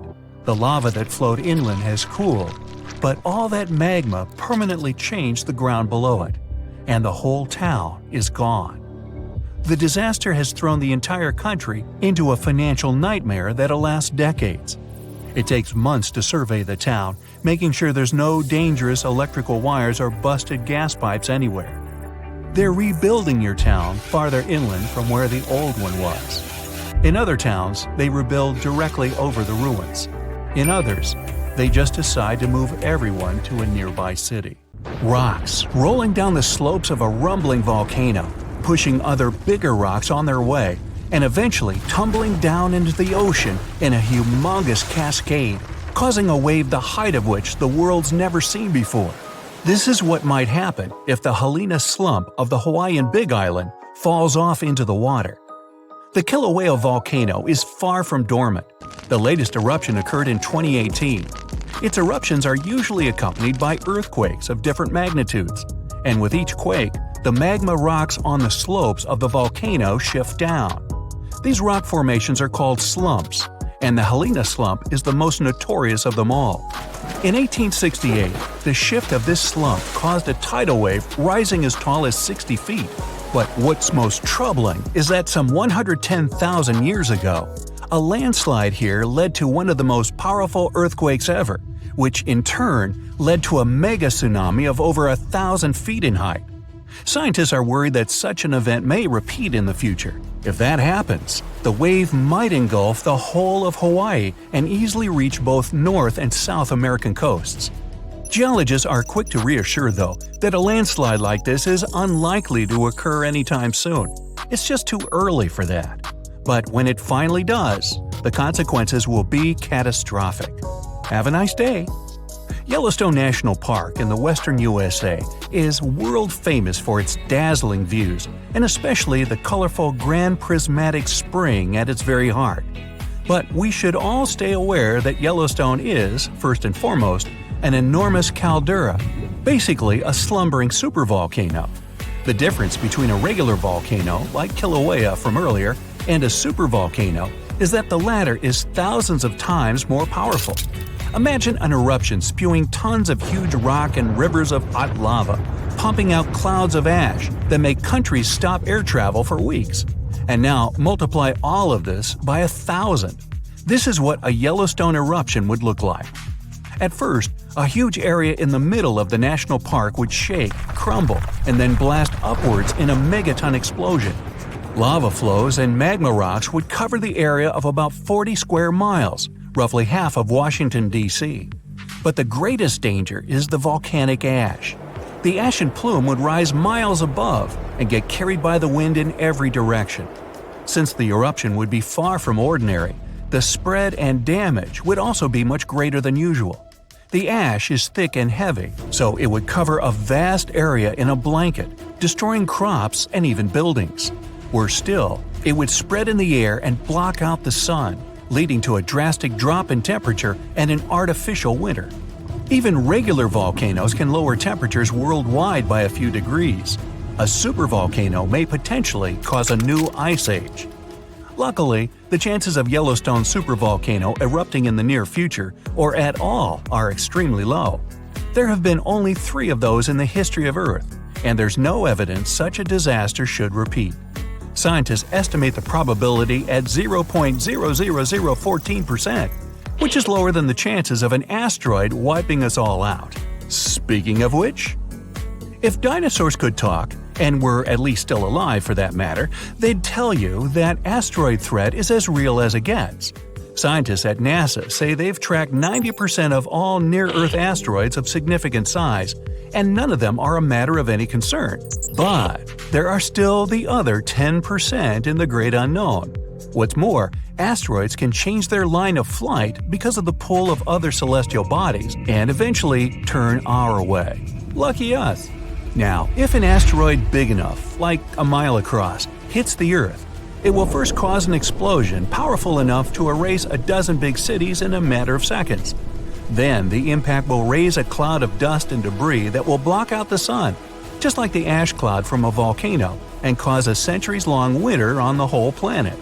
But even if it falls into the ocean, which is more likely, a resulting wave will rise several miles high, washing coastal cities off the face of the planet. But at least there won't be a new ice age. Although scientists are pretty sure there's no such threat in the near future, it can't be ruled out completely, and humanity needs at least 5 years to prepare for this event. If a big near-Earth asteroid suddenly changes its course and turns right toward our planet, we won't stand a chance against it. Disaster movie, anyone? A much more probable calamity, though, rests right beneath our feet. It's the San Andreas Fault in California. The fault has been ready for rupture for years now, and scientists estimate that an earthquake along this line is likely to occur in the next 3 decades. And when it happens, it won't be nice. They expect a magnitude of 8.0, which is comparable to some of the most devastating quakes in history. It's all the more dangerous since California is home to some of the most populated cities in the western U.S., including Los Angeles and San Francisco. High-rise buildings are common there, and they're particularly vulnerable against underground shakes. The San Andreas earthquake might cause a whole lot of damage both to cities and countryside.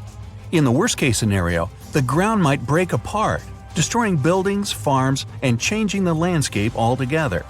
Still, scientists believe that the probability of such a quake is only 7% for the next 30 years. So there's a rather big chance, 93%, that we'll never see that in our lifetime. Yet, there's another earthquake hazard not so far away from the previous one, the megathrust in Chile. The country sits right above the subduction zone, an area where 2 tectonic plates meet and go one beneath the other. At the place of their meeting, stress has accumulated because of their continuous movement, and once that strain is too much, a major earthquake occurs. Chile has experienced a lot of quakes in the recent years, and scientists are worried those might be preparing the area for a really big one. They believe a great earthquake is due to happen before the end of the century, and it might be devastating to the coastal area. Even smaller quakes caused tsunamis that flooded the west coast, and a huge one like that is likely to raise a wave of incredible height. On the bright side, Chile now knows to prepare in advance for the coming natural disasters, and geologists are pretty sure people will be able to evacuate before the earthquake strikes. In September of 1859, astronomer Richard Carrington was looking at the sun and suddenly saw a bright flare on its surface. He made a note of it in his records, but only realized how important it was a couple of days later. The energy from that flare reached Earth and struck it directly, causing northern lights to appear above Cuba and burning telegraph lines all around the world. This was dubbed the Carrington event, and it was a solar storm. Such storms hit the Earth fairly often, but none of them were so powerful as the Carrington event, neither before nor after. But in 2012, astronomers registered a similar solar flare whose energy nearly hit our planet once again. If it had been just a week earlier, we'd have been in big trouble. Today, humanity relies on electricity in almost every aspect of life, and a powerful solar storm would mess with the electromagnetic field of Earth a lot. All electric appliances would either shut down or short-circuit, and huge transformers powering basically everything would go out of order for good. It would take years to repair them, and the cost of such a massive blackout would count in trillions of dollars. The worst of it is that science is almost unable to predict solar storms, and even if we could know about them in advance, we'd be powerless to stop them. The flare happens in a matter of seconds, and it takes about 8 minutes for the particles to reach the Earth's atmosphere, causing the disturbance. The power outage would come a bit later, in a day or so, when a massive cloud of plasma gets to our planet. At the moment, there's no protection against solar flares, and the chances of one powerful enough to cut all of our electricity in the next few years are quite high, about 12%. The only good thing about all this is that we now know of such a possibility and can at least prepare in advance. Hey, don't forget to pack some underwear and socks. You'll always need those.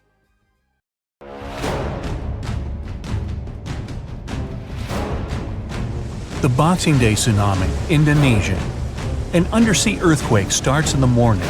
Its tremors cause a series of tsunami waves.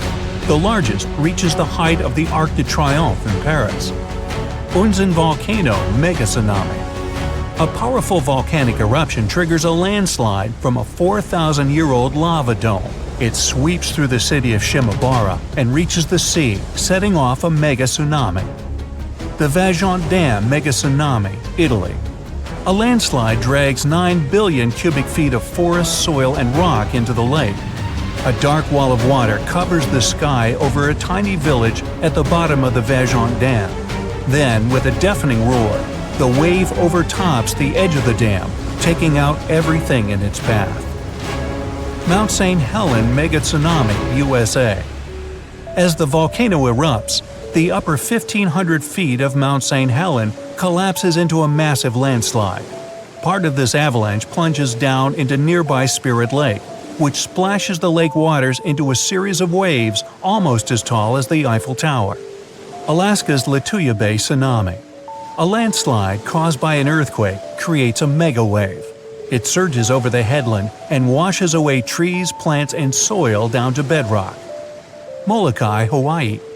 A third of the East Molokai volcano caves in and collapses into the Pacific Ocean. This causes a tsunami the size of the second tallest building in the world, Shanghai Tower. The waves reach Mexico and California. The Yucatan asteroid tsunami. The asteroid, which is rumored to have wiped out dinosaurs, strikes the Yucatan Peninsula. It creates a mega tsunami, the largest in Earth's history. The first wave's almost twice bigger than the world's tallest building, the Burj Khalifa. Hurricane Mitch. Mitch forms in the western Caribbean Sea. Soon it strengthens to become the 8th most powerful Atlantic hurricane ever. The storm pours 4 inches of rain per hour for 2 days in Honduras. It causes terrible mudslides and floods. Hurricane Allen. Rare and extremely powerful, the storm is one of the few to reach Category 5, the highest possible. It causes more than $2 billion in damage. The Great Hurricane. After tearing down Barbados, the storm moves on. It strips the bark off the trees growing on Martinique and St. Lucia and travels further. This horrific natural disaster lasts for 6 days. Hurricane Dorian. It's the most powerful tropical cyclone to hit the Bahamas.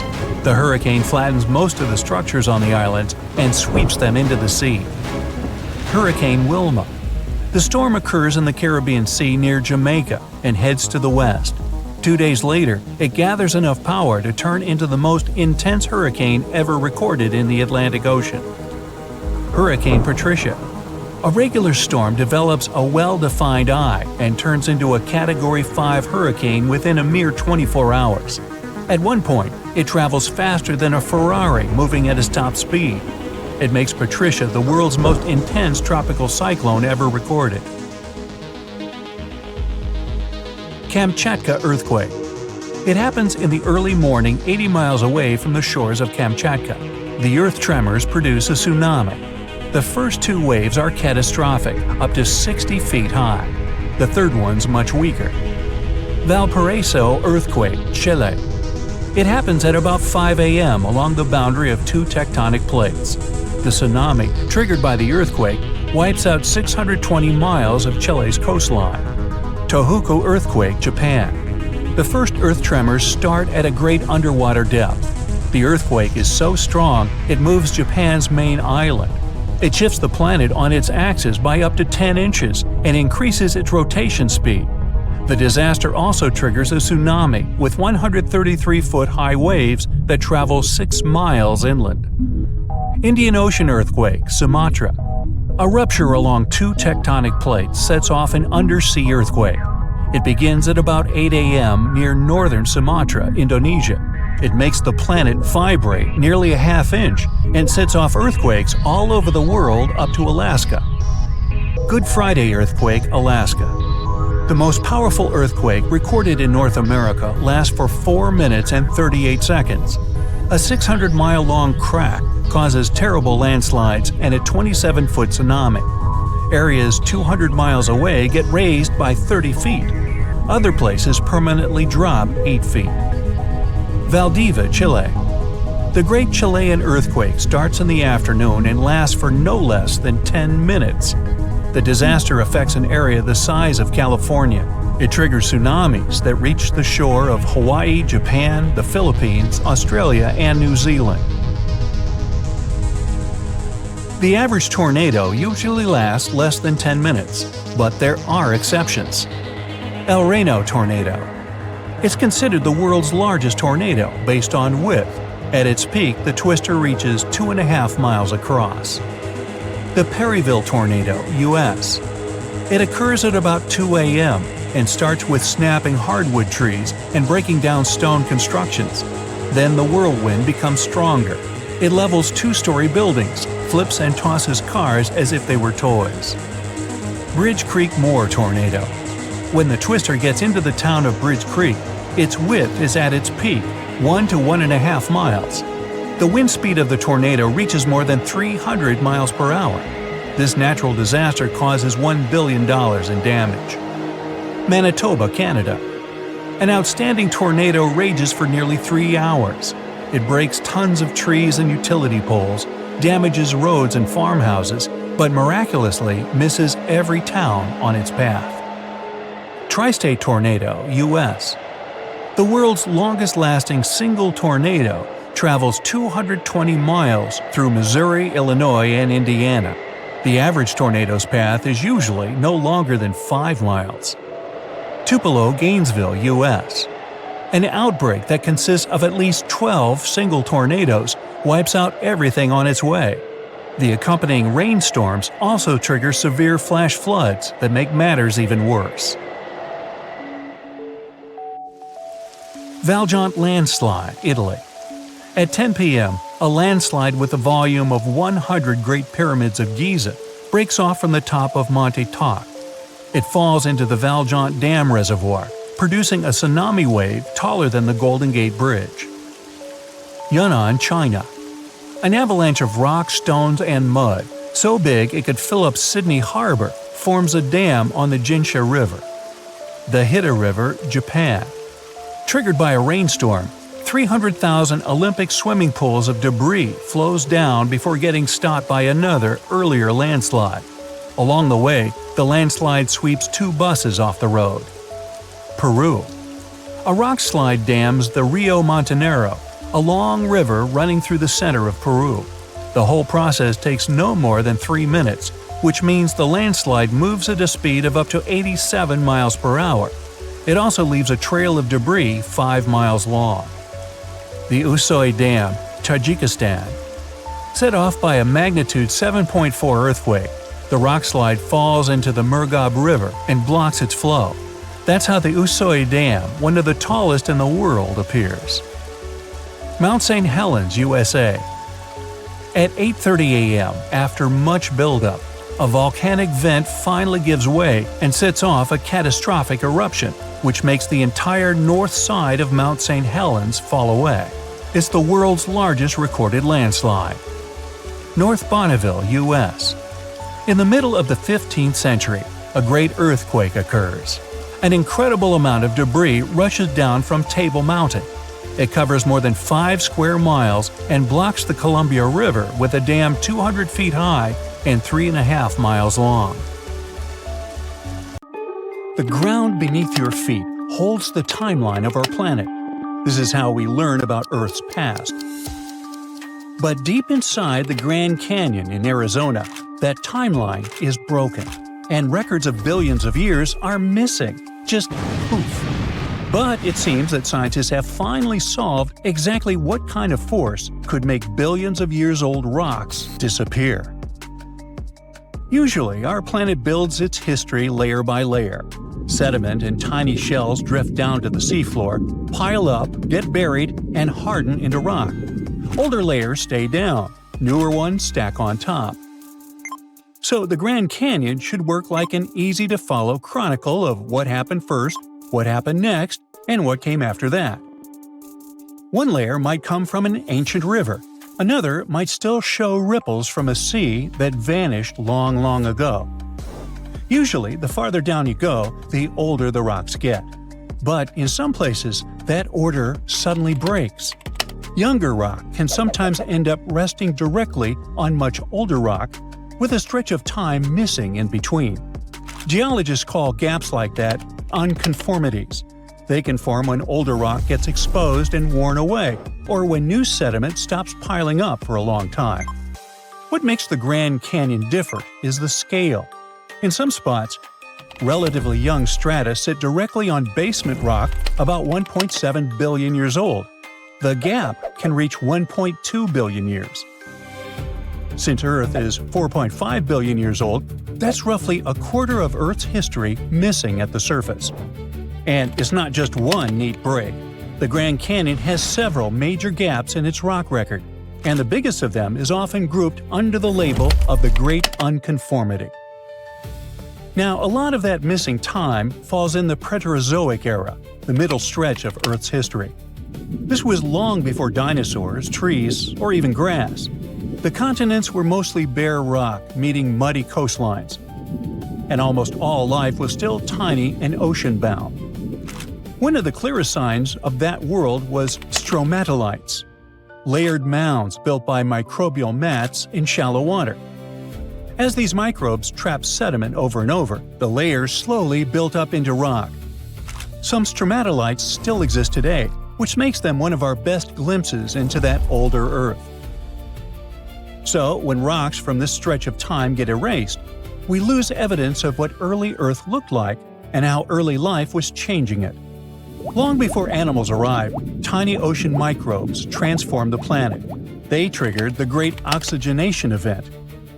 These microscopic organisms used sunlight for energy and pumped out oxygen as a byproduct. Slowly, that gas saturated the oceans and filled the atmosphere. This shift led to a long stretch of time scientists used to call the Boring Billion. From roughly 1.8 billion to 800 million years ago, the fossil record suddenly flatlines. But that era was actually a biological boom. Life was busy developing upgrades. Simple bacteria evolved into complex cells called eukaryotes. Organisms figured out sexual reproduction. Single cells finally teamed up to create the very first multi-celled life forms.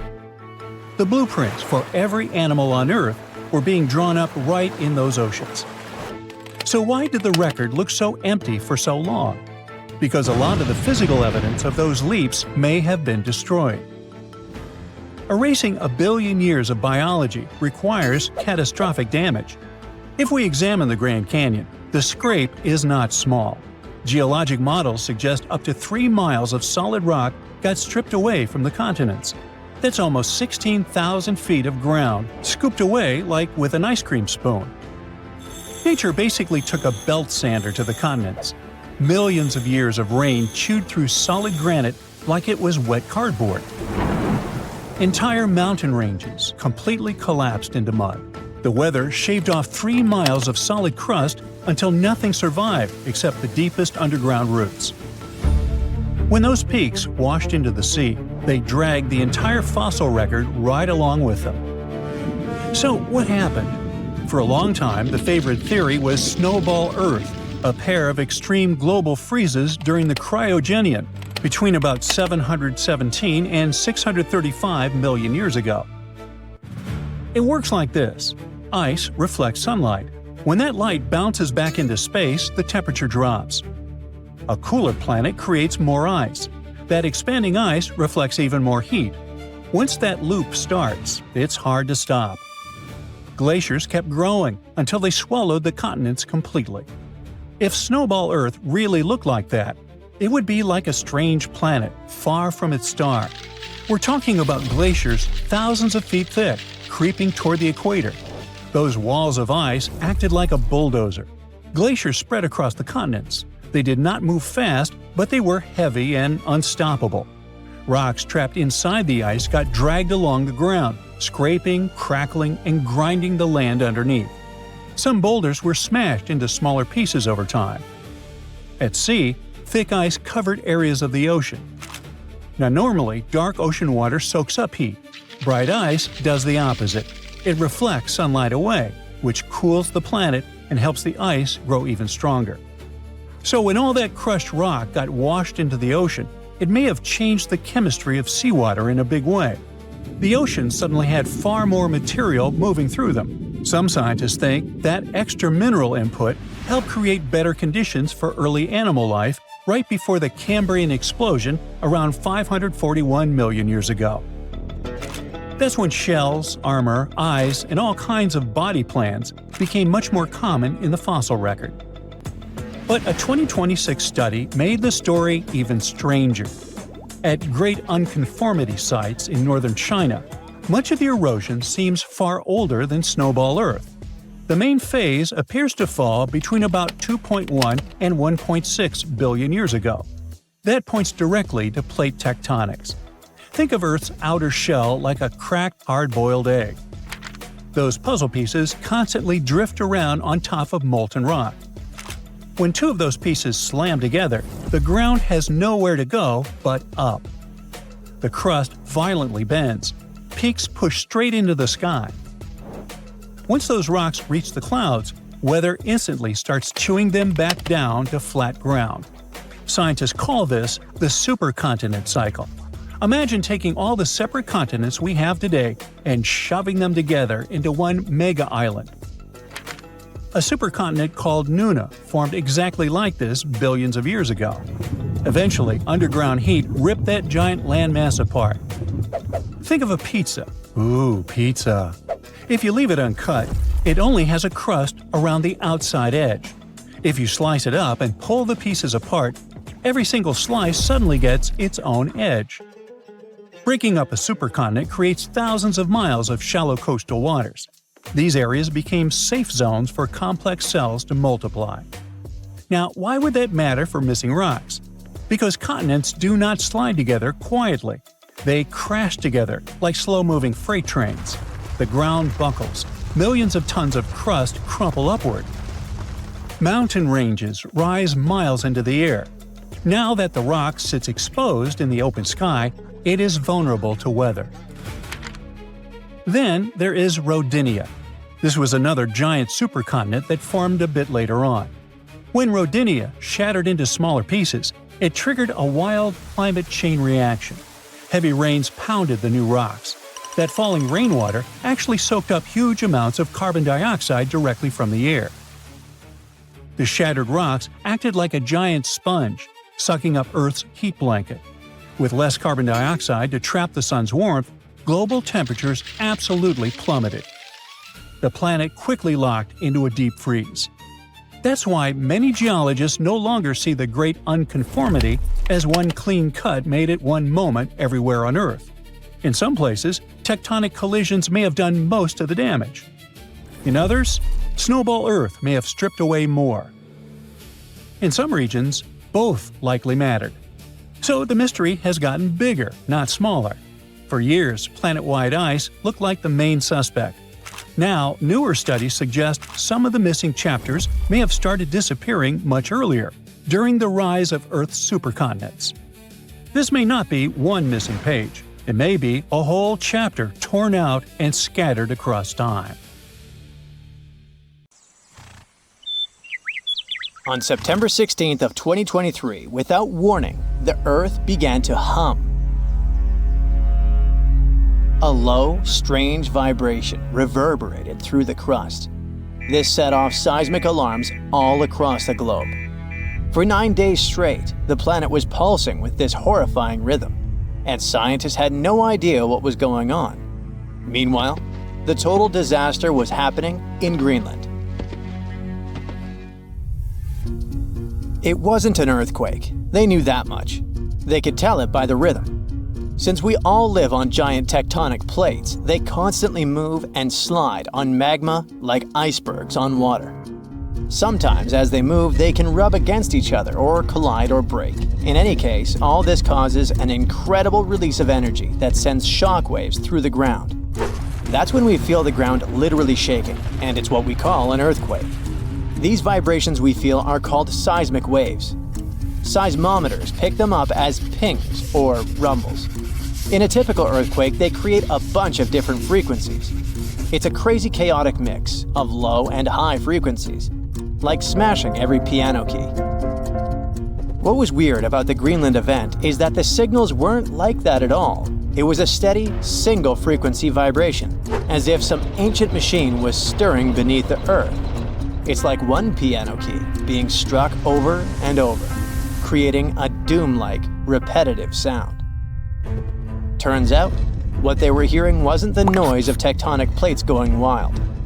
It was a phenomenon seismologists had never seen before. The days passed, and the mysterious noise just kept going. The vibrations repeated every 90 seconds, echoing around the world. The hunt for answers was growing more desperate.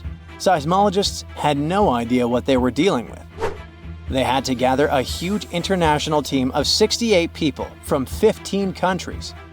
All these scientists were gathering seismic data, satellite images, and doing some advanced math for several days, until they finally realized who the culprit was. Water. It all happened in a remote, desolate region of East Greenland.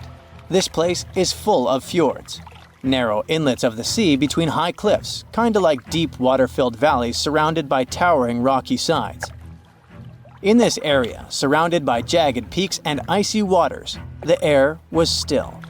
The landscape seemingly frozen in time. Nothing here changed much for years. Until one day, a colossal landslide has unfolded in the Dixon Fjord.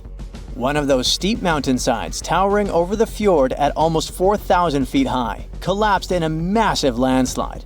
Picture a huge chunk of this mountain crumbling and crashing down into the fjord below.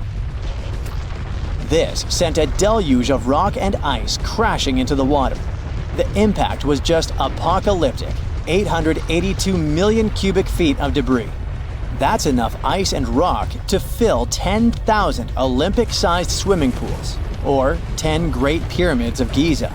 And all this nightmare hurled into the water with such force that it kick-started a tsunami about 360 feet high, taller than the Statue of Liberty, into the air. What's crazy is that this incredibly powerful wave was trapped in the fjord by narrow cliffs, unable to escape. It's like water sloshing in a closed bathtub. For 9 days, the mega tsunami continued to churn through it. That's why we heard this endless hum. It was a rhythmic back and forth of the water slamming against the walls. The shockwaves were rippling deep into Earth's crust, vibrations so strong that they were picked up by seismometers around the globe. This was a phenomenon so rare, so unprecedented, that it left scientists stunned. It turned out to be a perfect storm of elements. A glacier, weakened by years of warming, could no longer bear the weight of the mountain above. This collapse was inevitable, and the chaos literally shook the Earth to its core. And people often hang out in this area with cruise ships passing by. We're lucky that no lives were lost in the disaster. It was a close call though. A tourist ship stranded in the area just 2 days before narrowly escaped the tsunami's reach by pure luck. But it doesn't mean there were no losses. The waves destroyed a nearby Inuit site, which was there untouched for over 200 years. They also swept away the huts at a research station that were about 43 miles away. The vibrations traveled from Greenland to the South Pole in less than an hour. That just shows how dangerous events like this can be. And this isn't the only place where such catastrophes are happening. In the beautiful California community of Rancho Palos Verdes, the ground is shifting so quickly that it's tearing homes apart. The land there has always been kinda unstable. It has some unique geology. It's built on soft, clay-rich soil and sits on a geological fault line, which makes it prone to landslides. This means that this land is prone to slow natural shifting over many years, even when no crazy weather is happening. It's been like this for decades, but usually it's slow and pretty manageable, like about a foot a year. Imagine a tree that you played with as a kid moving 20 feet to the left as you grow up. For decades, residents adapted. They built their homes on adjustable beams. This helped the houses to move with the land, and that strategy worked well until now. Recently, things have been getting much worse in the community. Now, the land is moving by a foot in a single week. That would be like if the same tree moved almost 960 feet since you were a child. The past 2 years have also caused some heavy rains, and the weather has been getting worse. This increased water content in the soil. The land became heavier and more prone to rapid movement. Now, this once idyllic seaside escape turned into a disaster zone. Cracks have appeared in closets, gardens, and roads, growing larger with each passing day. Streets that were once smooth are now buckled and twisted, with roads turning into a crazy theme park. Houses that once stood firm are being ripped from their foundations, some of them split in half. One of the houses had its front door 8 feet off the ground. Entire neighborhoods have been plunged into chaos. Utility companies had to switch off gas and electricity indefinitely to prevent potential disasters. The hardest hit is the coastal neighborhood of Portuguese Bend, where residents are living on the edge, literally. It always had amazing ocean views and cool sea breezes, with horses and peacocks still wandering the tree-lined streets. But now, it's like an earthquake hit. Only this time, the earth isn't stopping. For many, this place feels like paradise, if only the land would stop shifting beneath their feet. So the locals don't give up. Some of them had to leave, but many are determined to stay and fight, despite the destruction. But they still have to pour in hundreds of thousands of dollars to save their properties. People have installed generators to keep the lights on and set up sewer systems and pumps to drain the groundwater causing the landslides. Some say that the only way for these neighborhoods to survive might be to go completely off-grid, installing power walls to store energy and stuff like that. People are trying their best to run the sewer system off generators. They hope that they could get rid of this water in the soil that's causing these hellish landslides in the first place. They're determined to fight, but they will need help and support from the government to fight this disaster. Landslides are actually more common across the US than many might think. And new maps and data show that tons of people in the country might be in danger. Scientists managed to create the first very detailed, very cool map that shows where these landslides might happen, county by county. It's based on a lot of data and the history of 1 million previous landslides. They say that nearly 40% of the United States is at risk of experiencing landslide activity, which could lead to some insane catastrophes in certain areas. Luckily, now both residents and engineers can keep this in mind. But all this shows how vulnerable we are to natural disasters and how we should always stay alerted.